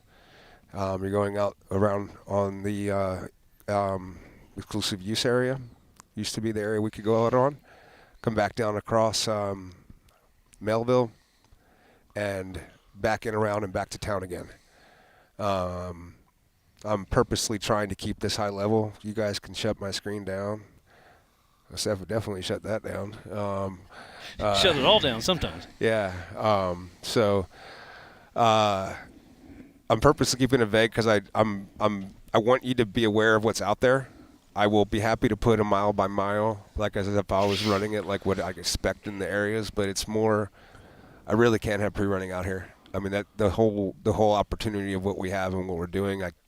If the mess that's going to settle on this place in 2 weeks settles on it earlier because I think they're going to get a competitive advantage, it would further put this place even one step further closer to not happening anymore. So do the studying. I'm going to provide flyovers. I'm going to provide all the data you need. Come out and pre-run when pre-run is opening, please. So that's what I got on that. So that's lap 1 for everybody. That's lap 1 for everyone. I wanted to switch to tracking. I wanted to switch to qualifying of rocks. We actually have some pretty amazing content to show you about that in a second, and it all ties together. And then we'll do that qualifying preview, and then you can do all the names for all 3 classes of rocks, and then we'll do course preview for rocks, and we'll talk about lap 2, lap 3. Is that fair? Is there anything else to cover besides all that? No, I think you got it pretty covered. Okay, so going free flow, and quite honestly, I was pretty real with Justin Leineweber a little while ago about my friendship, and I've had the same friendship with Mr. Lutz here. Steve Lutz is a rad dude that literally, when the first King of the Hammers happened, we had a volunteer meeting before we even did. This was after the OG race, before the real race, in October-ish time frame, and like 35 people showed up, and one of them was Steve. Yeah. And we camped out near the dunes out past Chocolate Thunder, and we just hung out, and we had tacos. We had tacos, and we made up fire. We made a big fire. We made Sounds like a great time. We made up some shit, and that was the basis of what we're doing right now, and we've maintained a friendship through it. And then I can honestly say, from a brain perspective, there's things happening in that brain that I don't understand, and they're technically amazing. And he's the only one up here wearing sandals too. he is. I was wearing sandals. Is but you that not scared me. allowed? It's allowed, but you're a short timer. You're not here for the duration. No, I'm glad I took If your we let advice. Cam wear sandals up here right now, he would be crying. Yeah. You have no idea. So, yeah, so you're a short timer. You're going to be here for 7 minutes. Your feet will be fine. You can go back there by the fire like the rest of the I'm people. acclimated now. Okay. I like the snow. I'm Okay. good. So I'm going to load this up, Okay. and then share what you want to share, talk about the things where we're at. Part of this tracking, right? This is all tracking. Yeah, perfect. So we are using, from a timing and tracking official scoring of the race, we are using the exact same timing equipment we have used for the last 15 years. It's just basic latent transponders or active transponders, live timing, the same people that have done it, that are the USAC's main timing people, they're going to time the race. That historically has been done with RFID active transmitters that required a loop in the ground, still do, and that they averaged the distance between two spots in the ground, and that's how you knew where you were at this spot. Augmenting that this year is a box that Stephen has developed that is the seed for, so over the last couple of years we've been talking about content and talking about how we want to change the way we're presenting the content. The reality is what makes everything valuable is when you can tie the content together. If you've got onboard Cameron, and you have an onboard camera, Tom, you're still just two individuals going to the desert. But when you tie those pieces of information together and the relation of the two, that's when it becomes valuable. So, not stealing layman's terms. I'll do layman's terms, then you can do your stuff. But the reality is everybody wants to know why we're using a 0.1 antenna. It's because it's CAN bus, and the reality is it becomes a unique source of truth for your car that creates the time and location of your chassis, your car. We're doing the same thing across our cameras as well and all our points of content, so that from a data perspective, we know where chassis of information are at, and we know which direction they're going and all the things about them through the race. And we can compare and contrast that data, and as the data becomes more and more finite, more resolved at a deeper resolution, whether it's whether you're comparing like timing to a red dot every 2 minutes to, active live CAN bus, that's what we're trying to get to. Yeah. Go ahead, Steve. Sorry. No, you're good. I mean, I'm going to try not to go too deep down a rabbit hole with tech stuff, but I think really the beginning of the advantage to all this is having an existing standard that we can expand upon that allows us to get all the data that we want for racing into a common arena, per se, on the car, right? And once all that data is there, we can start looking at how to get it off the car, which is the new box that we've been working on. Moving forward, we're going to add other ways to get data off the car, not just through Starlink, but a couple other technologies. And this system will be able to be kind of dynamic and expandable, but also be able to maybe, take pieces out of it at times where we don't need certain pieces. Sure. So instead of having a box that's just kind of the holy grail, everything, here you go, this is a way that we can expand over time and kind of adapt it without having to rip everything up every time we want to make a change. So I think it's a really good way to go overall as far as the longevity and being able to meet those requirements over time and being able to adapt. But one of the things that I really like about it is I've heard a lot of stories over the years, and I don't race, but I know quite a few people that do and that have, about, like our nav showed that we hit a VCP and we got docked for it or whatever because the tracking didn't show or whatever.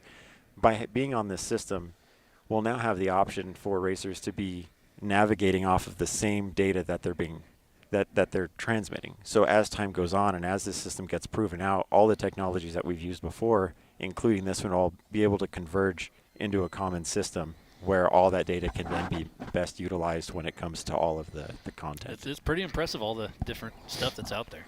Yeah. When we start showing the qualifying course in a second, it'll be the next level or where we're going with the data. I know it seems crazy, it seems weird, it seems really. Bottom line is data's data. Simulators work off nothing but data. Our cars create the data, and now simulators and our cars are speaking the same language, or the same technology, even the same technology as far as transferring language, as well as the same way it ingests data and the same way it measures the data on the same map. So the 1-to-1 is complete. Like it literally is complete already. And what we're asking of the racers now is we're going to give you a box. It's going to be unique to you. It's going to have the VCPs loaded into your puck for all the races, but that's just for your car, for that unique car. And that will record everything about the chassis telemetry of your car, the location of your car, the entire time it's happening. And you, if you have Starlink, or a Wi-Fi network or anything at all, It'll ping up. It will share right back to you directly your information. We're scavenging some of it. We're scavenging your location information, but instead of showing your red dot, we can show your car pointed in the direction you're going in the pitch, yaw, and roll, and doing that 30 times a second, you make video. So if every car had Starlink on it pushing live, we would be showing tracking live. The amount of our ability to show is going to be purely based upon what the cars are getting data off of. There's packages as low as like $800, and you are transmitting forever. And for those that aren't, we'll still have yellow brick, and we'll turn up the speed on your tracker so we have as much tracking as we can. And all the data is going to flow directly into the same database. So whether it's all this box is doing is aggregating it faster, Yep. and pushing it faster. Yep. And not using Iridium to do it, using internet where it's available. Yep. And the racers are going to be able to have this box with them it's theirs for the year. Yeah, it's like a digital ID or a digital band, basically. Yep. It identifies the car just like the band on your chassis. This is the digital version of that. It stays with the car. Yep. That's And pretty it creates the kernel of information of this chassis at this period of time. Time and location tie everything else together. All the content, all racing, all back to the start finish line being 2 wires and averaging the difference. You don't need wires in the ground anymore. We can create timing loops everywhere. I'll know exactly who the fastest Splits person. up a rock trail. Up Sledgehammer is this. Down this is this. This is the records. It's never been done faster. So we can And we compare know it Tom Ways empirically. or Cameron Steele up a certain trail. It also, by having this box in your hand, all the VCPs are loaded. When you go out on your practice sessions on the short course, or you go out on your practice sessions on the main course after when pre-running open, you'll be able to see where your car went. I didn't hit that VCP. I really did miss it. This is what I did. Oh, I get it now. I know I drove there. This is wrong. I honestly, I'm not. I know that we're not going to see that. There's 3 different redundant levels of GPS tracking now. That if you go out and do something and don't get the desired results, you're going to be able to figure it out for yourself before you come back to the end of the race and go, I didn't know that was the place not to go. Well, no, you did. Go figure it out. Yeah, the tracking's pretty impressive, and it's similar to that Lowrance puck we've been using for a while. It's the same one. It is the Yeah. Lawrence. You So- just take a Lawrence puck. Go ahead. And there's a lot of data that comes out of that thing that we haven't used historically in this industry. So I think by logging, even just logging the amount of data that we're going to be able to do this year, we're going to learn a lot about the accuracy of the GPSs themselves in different parts of the course and some of the challenge areas from a technological perspective. So and some of the there's guys and gals that are running Garmin or Lead Nav, explain kind of how you tie that in to make the Lowrance puck actually work. So Separate systems. It's separate. Right now it's separate. I have been asked about that, but in the gears turning in my head, I think that with minimal cooperation with each of those vendors, it would be possible to bridge that gap as well. There's also Motec has its GPS as well, so you could actually possibly use that. It's all ends up being the same data. Yep. Yep. Absolutely. Well, sweet, Okay, yeah, so from tracking's- a tech standpoint, I'm super stoked. And now, so Rugged Routes will be the place that you're going to get this. But he's making the box. Steve is making the box. Yep. Got And then as it progresses, the long-term thing is the Point 1 uses a CAN bus system with the Terminators. You can put sensors in line, and that the more that you want to know about your car, you can just keep adding them down the line. You want to know shock pressure, add a shock pressure. You want to know accelerometer, add it. Anything you want to add, you can add to your own Terminator and get it live back to your pits. So the direction this is going is, when I say it's expandable and very dynamic, it's very, very expandable. And we've got a long what's the word for it? Long roadmap of all the things that we want to see at the 10,000 foot level, and we're just scratching the surface at the beginning of it, and it's already getting very exciting. So, Yep. Yeah. On that note, if we switch now to qualifying and come up, and then we're going to do a walkthrough of the qualifying loop in BeamNG.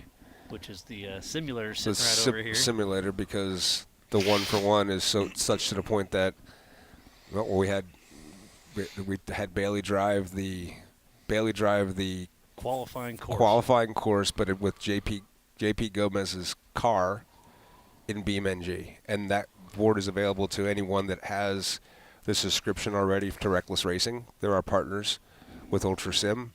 Those guys are amazing, and just like everything else we did here, passionate for just doing the cool stuff. I'm fantastic and proud to work with them, and go on there. If you're already in that community, then you can drive the qualifying course that we're going to show you right now. You can drive it right this second. And if you want to be in the community, I think it's $10. It's $10, and you sign up. That's cool.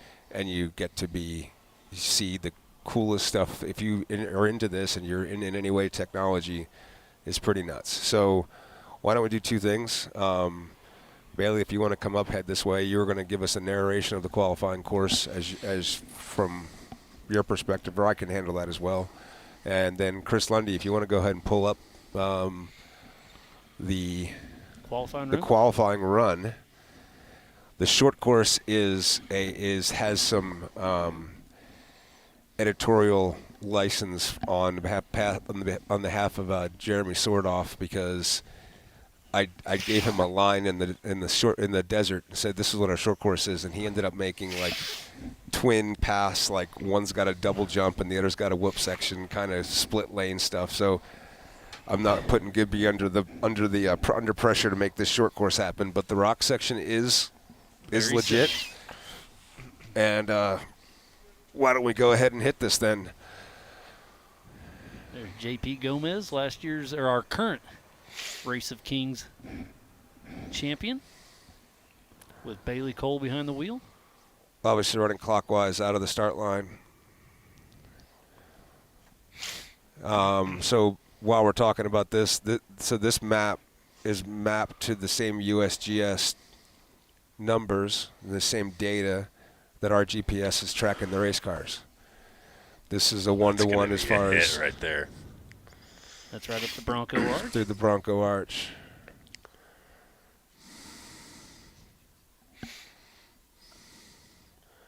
That turn's going to get deep.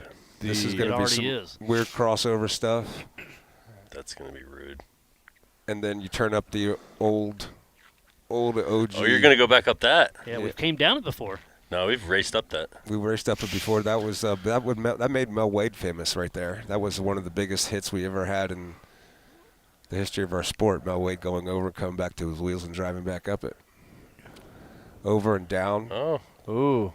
Yeah, that's steep right there. It is steep. It's two shelves in there. Oh, we went outside. Coming around the rock. Oh, into the erosion. Up around Lauren's jump off. Right there. So all this areas we ran shootout before, and the fans will be able to come up to the same place that we allowed to watch the shootout. Like all right there, there'll be fans being able to get close and watching where you're at. So I know everybody's mad the shootouts that doesn't exist, but I'm giving you up front, smell the race fuel kind of opportunity for qualifying. So take advantage of it.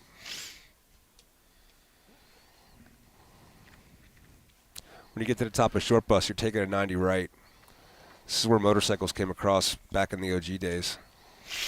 And for the driver, they're getting on top of this rock, and they're going to see Hammertown from a different perspective all at once. And the crowd can see them, too. And they can. From both sides, you can see down on the left is down to the way up the back door. Get a little sporty. A little jump there. This area is not going to be like this. You will not have the gumption to do what is happening in a car that doesn't provide the immediate feedback of, death that reality does. So there's no way that you'll be driving, especially across that side hill like that. That side hill's gnarly. Yeah. This reveal was new.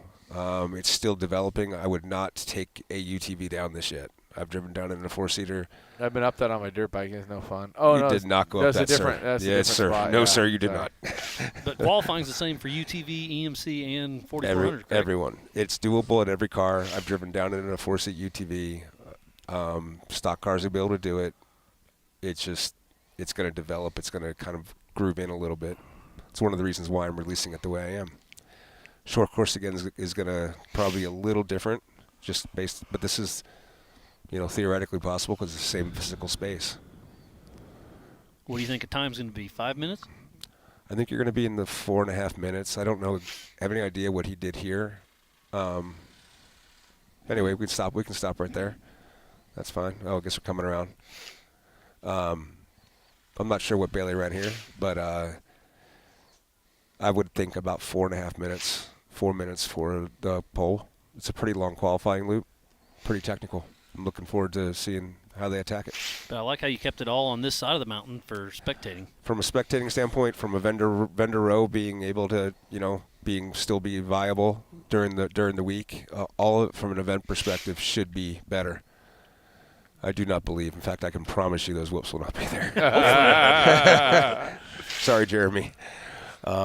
Anyways, yeah. So Nice. Yeah, there's the qualifying course. if you're on BeamNG, go to Reckless Racing. If you're not on BeamNG, find BeamNG. Go to Reckless Racing. Go drive that right now. And will we have that in the Warren VIP and in the general store? You will. And Sweet. Last year we did a whole thing with Reckless. We created Ultra Sim, and we actually gave an award to their series winner, a kid named Ty. Ty Graham out of Texas came up, 17-year-old kid, and won the simulated series and got to drive Ultra 4 cars around the desert. That's awesome. No way. It was What did absolutely you get amazing. to drive, Dave? He drove the Centurion. He drove. He went with Jason Shear. He drove Trail Bombers. He drove. He had a good time. His dad actually races Legends. His dad's Rob Graham. So it was really, really, really cool. Just seeing it all come around. Full circle. Full circle. Pretty cool. Yeah, the qualifying course, I'm excited about it. What I wanted to thank Steven again. I know there's a lot of questions that I know people need to have answers on. I was going to say, go ahead and look me up at ruggedroutes.com. My contact info is there. Shoot me an email, give me a call. I'd be happy to help anybody that's got questions on how to hook up the antenna if they've never done it You before. have no idea what you do not. You have, sir, Is you your have personal so cell much phone on work there? to do between now. I will manage one way or another. You know what? I'm going to have to what either just deal with it happened is before. the way or I don't after. my voicemail is full. It's been full for a decade. What just happened is you just realize what just happened. You're gonna have so many phone calls now. Well, we're either going to deal with it on the lake bed or we're going to deal with it before we go to the lake bed. We're not. Yes, exactly. That's correct, sir. Carry on. And we want to make this as smooth as I'm positive this is going to be probably the biggest step forward from an ability to digest and show what happens in open desert racing. This is absolutely changing the game more than our live show has, more than anything else that's happened. This is it. This is amazing, and you're gonna go home with the technology. So It's going to be cool. All right. right Well, on. thanks. All Yeah, right, well, I'll leave appreciate the it. mic to the next Excited guy to here. see it. Thank you, All right, Stephen. thanks, guys. We'll see it. Well, Tom, Cameron, what do you think of the qualifier? I think that looks like fun. It looks intense on top of the ridge, that's Yeah. for sure. I mean, It's going to be dramatic coming up the hill right there. anytime you're on that top of that, I mean, going up through the rocks, first of all, leaving the short course is always going to be entertaining with that ledge there. But getting up on top of that ridge and it's being able to see both sides, it changes your perspective a little bit yeah. as you're trying to go quickly. It's going to be fun. Speaking of quickly, we're at an hour and 39 minutes, and we haven't had a 2-hour show in a while, and we don't need to hit it. So So let's get it. why don't we Let's rip it. nail the names? I'll come back. Do some course. I'll do some course. And is anyone managing a chat at all? We can make sure we don't have any big questions. And then, yeah, we'll hit it. Go All ahead. right, we'll rip through the names as fast as I Can-Am can. UTV, do the things. Take your time. So the kids 170, Peter Abd, Hunter Biddle, Harrison Drachman, Brian Peanut Fulcher, Tristan Fulcher, Matthew Horschel, Shelby Kraut, Maddie Manders, Grayson Owens, Ava Carrera Rodriguez, Ella Ross, Cody Summers, Hunter Valadez, Brixton Work, Leon Yankovic, and Eli Robbins. So that'll be a fun little short course for them. We'll move into the Can-Am UTV Hammers Championship qualifier in that 8 o'clock hour. John Nelson, Trent Roberts, Richard Bivens, Male Hale, Mally Hale, Jeffrey Gurity, Jamie McKean, Brendan Jones in the 9 o'clock hour. Brendan Jones, Anthony Thomas, Brian Deegan, Justin Barth, Miller Richmond, Jacob Woodward, John Carnevale, Joshua Hacker, Ruslan Yankovic, Aiden Gilbert. Move to the 10 o'clock hour.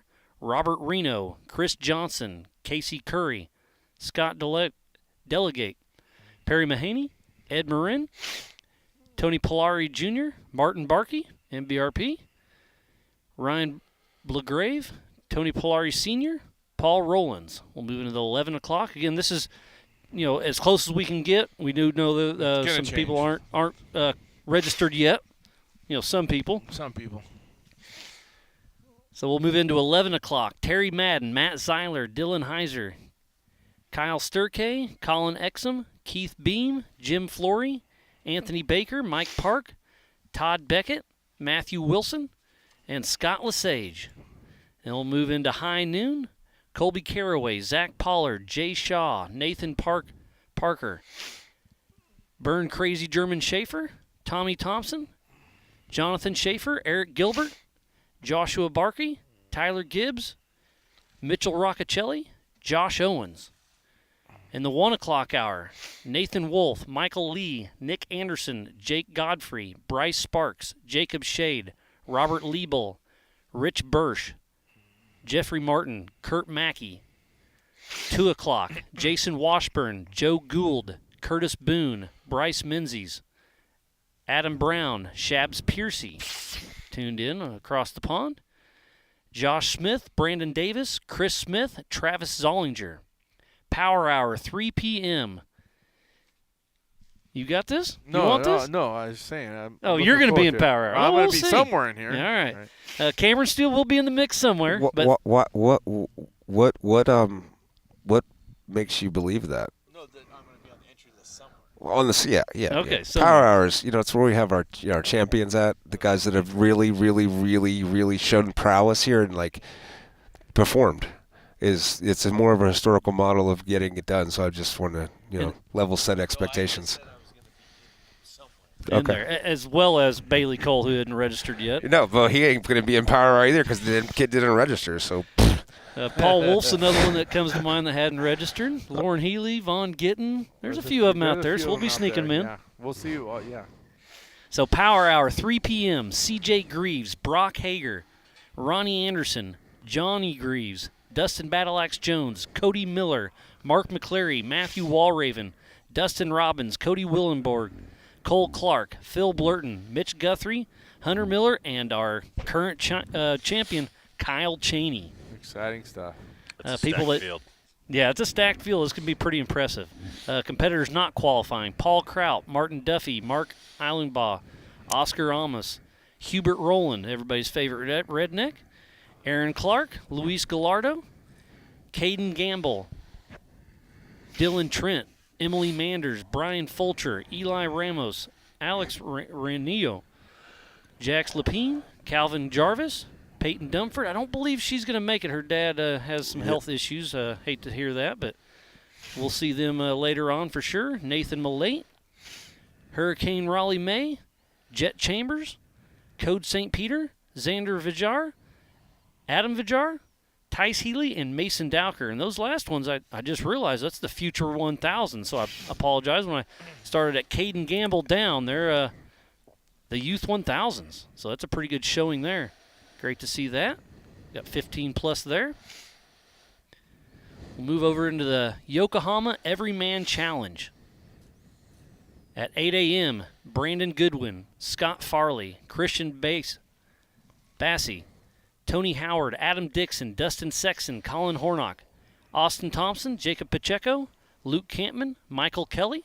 9 o'clock hour, Jacob Huntsinger, Trent Roberts, John Schaefer, Chris Forrest, Matthew Armand, Jason Locke, Chris Mingley, Sindit Ruby Kunch, Zach Forsberg, Albert Contreras.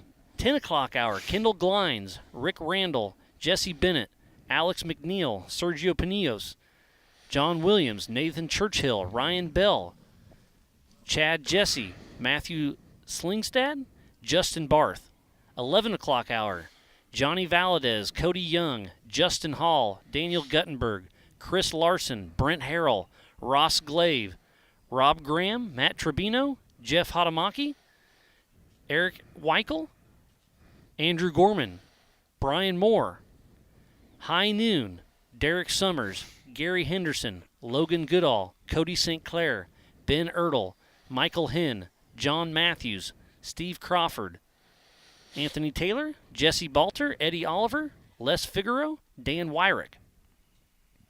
1 o'clock hour, Taryn Hellerwich, Austin Pyatt, Peter Doolin, Don Stein, Matthew Torney, Josh Sowell, Ryan Hawkins, Dylan Summers, Eric Brinker, Rory Romero, Caden Berger, Kent Foltz, Jesse Lee.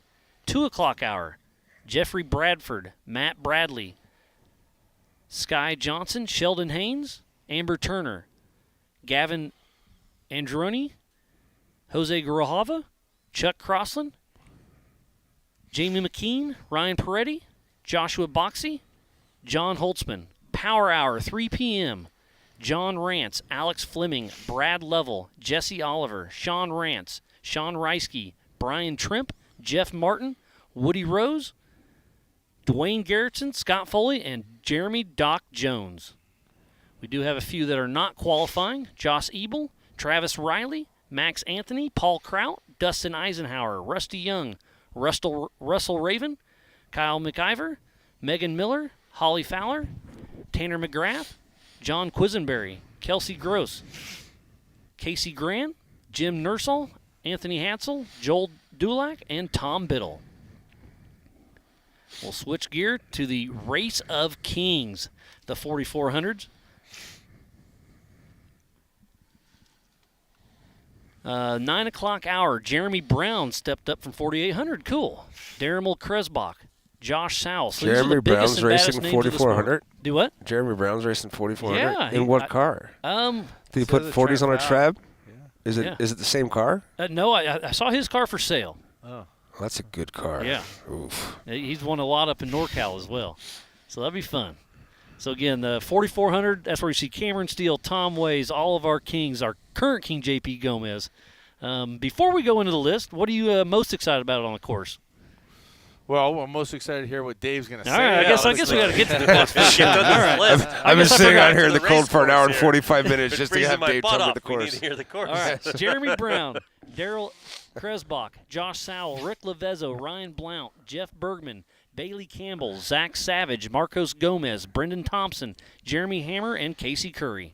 10 o'clock hour, Dustin Robbins, Harold Fidgeman, Mitch Hoover, Pip Justice, Chip McLaughlin, Darian Gomez, Chad Owens, Hunter Miller, Kenneth Goodall, Craig Allen, Kevin Taylor, Blake Holland. 11 o'clock hour, Brian Caprara, Jake Hallenbeck, Rusty Blyler, Tom Ways. Yeah, Tom. What time's that? 11 o'clock. So I'm going to say about 11:22. Thank you. You going to make a note? We have Kevin Yoder, Anthony Yount, Cole Johnson, Mark Nicholson, Craig Ford, Guy Miller, Oracle Lynn, Ignacio Arana. High noon, Tim Rogers, Brian Reed, Casey Gilbert, Chase Caprara, Paul Horschel, Pat Beckwith, Patrick Peterson, Tommy Dykstra, Joe Gatlin, Jeff Watson, Chris Branton, and Cameron Steele. High noon. So just before 1. In that group, you just said the person that I think is going to win the race. My dark horse to the person that I would think could win the race. But it wasn't Cameron Steele. No, it wasn't Cameron. All right. Well, there's a lot of dark horses. We'll see how it shakes out. What are you racing this year? I'm going to race I'm working on racing the Genrite car, Jordan Pellegrino's car. Whoa. Old car. Guess who car, bought yeah. it? Guess who buys everything? Craig Allen. Bought another race car. Yeah, so Craig Allen and I were out on the trail today doing some stuff. We were out at Sledge, and I'm going to be racing that car. He's racing another one that he just had a new front end put on. So It's going to be a lot of fun. Looking forward to it. And I saw Wayne Israelson out here today. Yep, so he's Wayne was riding out with us. shotgun. Yeah, Wayne's going with me. So Bringing the band back together. yeah, putting the party back together. Get out there and do some rock racing, rock driving.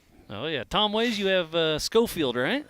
Yeah, Brian Trotter and James Schofield. Yeah, it's gonna be fun.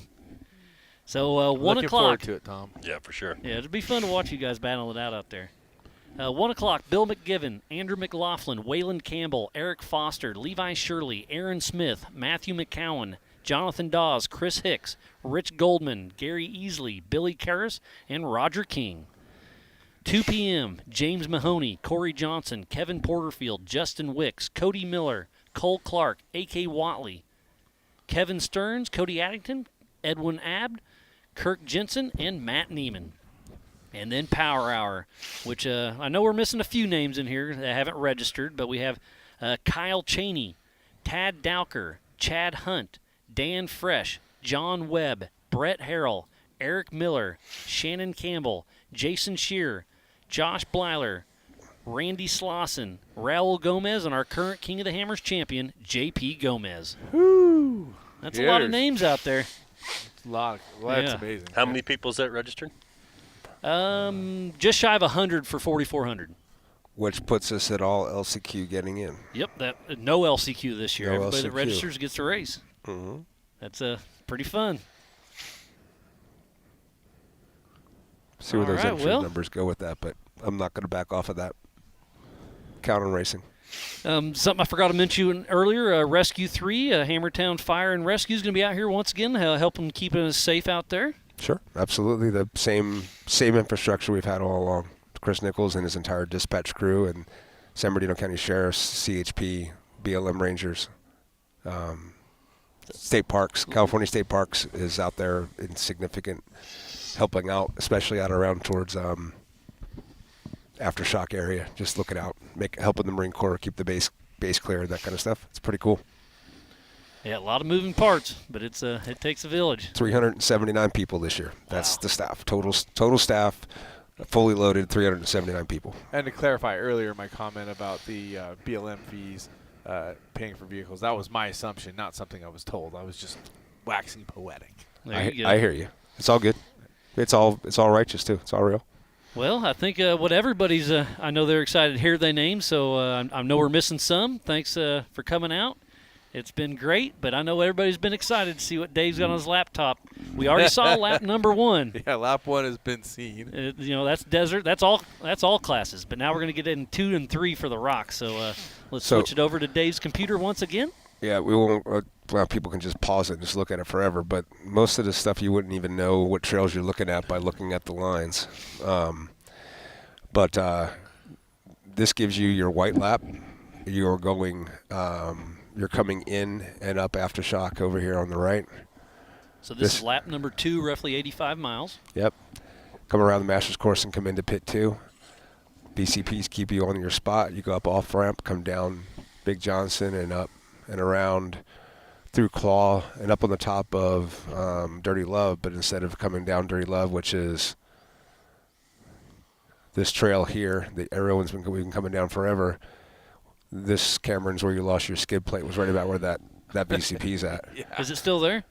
No, we brought it back, but this is new. Stepping off here, and it drops down. And so first spectator kind of pro tip: this hill above Chocolate Thunder, when you're sitting here, you can see.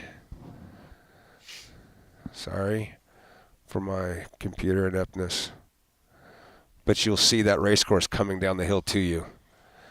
It's really spectacular from a viewing standpoint. That's cool. So another great spectator area. Yeah, it's a little kind of added one. It's not an official one. It's if you know your areas around, go find that one. It's a good place to be.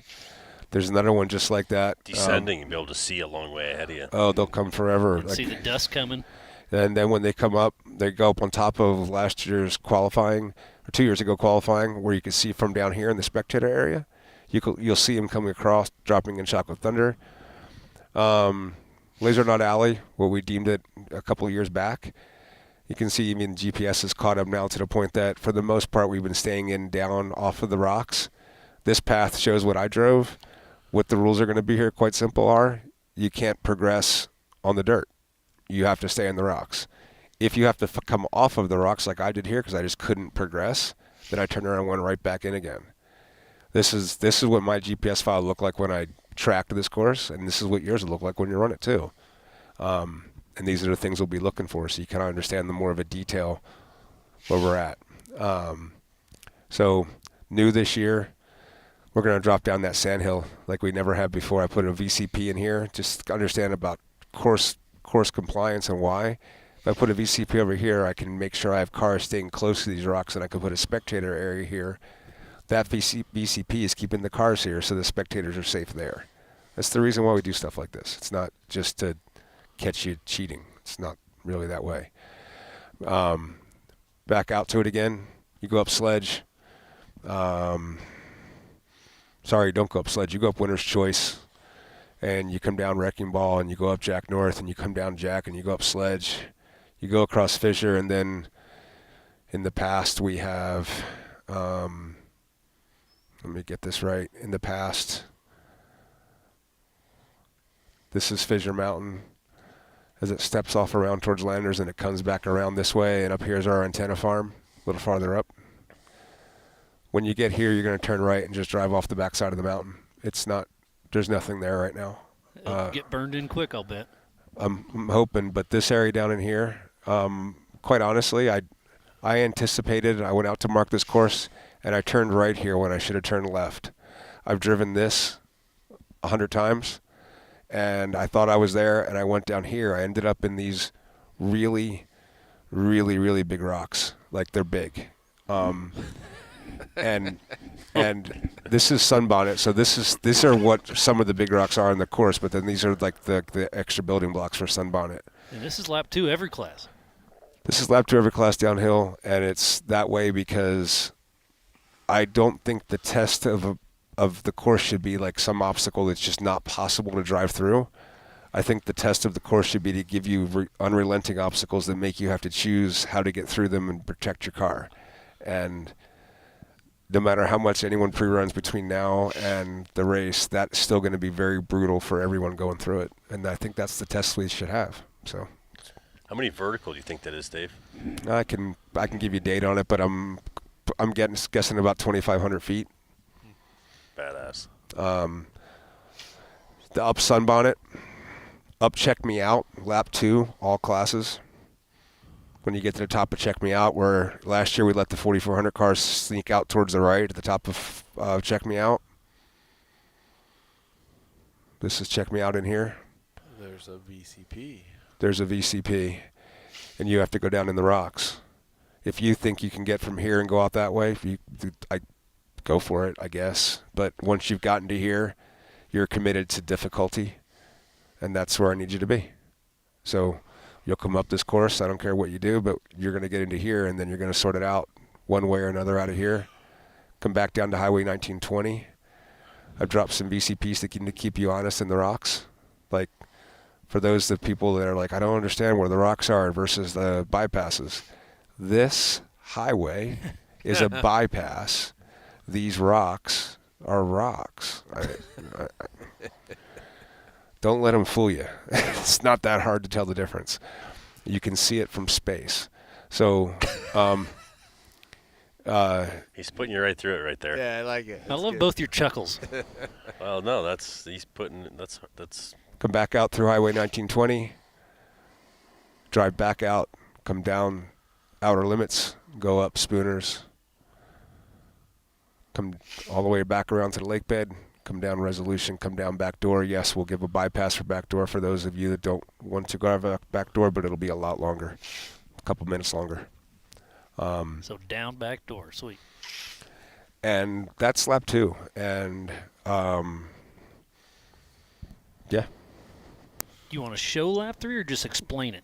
No, I'm not going to show lap 3. Yeah. It's pretty wild. I like it.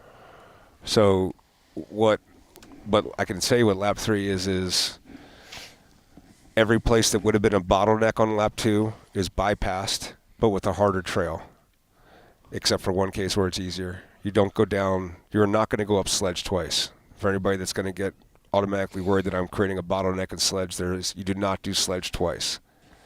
So the bottlenecks are relieved, but the lap 3 courses that I'm going to give you on Thursday night before the race, because that's when I'm going to give you the lap 3 courses, they're new, and they're not real trails. They're not. Well, they're fun, amazing trails. They're not Not normal trails. They're not incredibly difficult. They'll roll over 20 people, but they're not roll over because of like backdoor kind of drop offs that are just going to end you. It's because you put your tires in the wrong spot.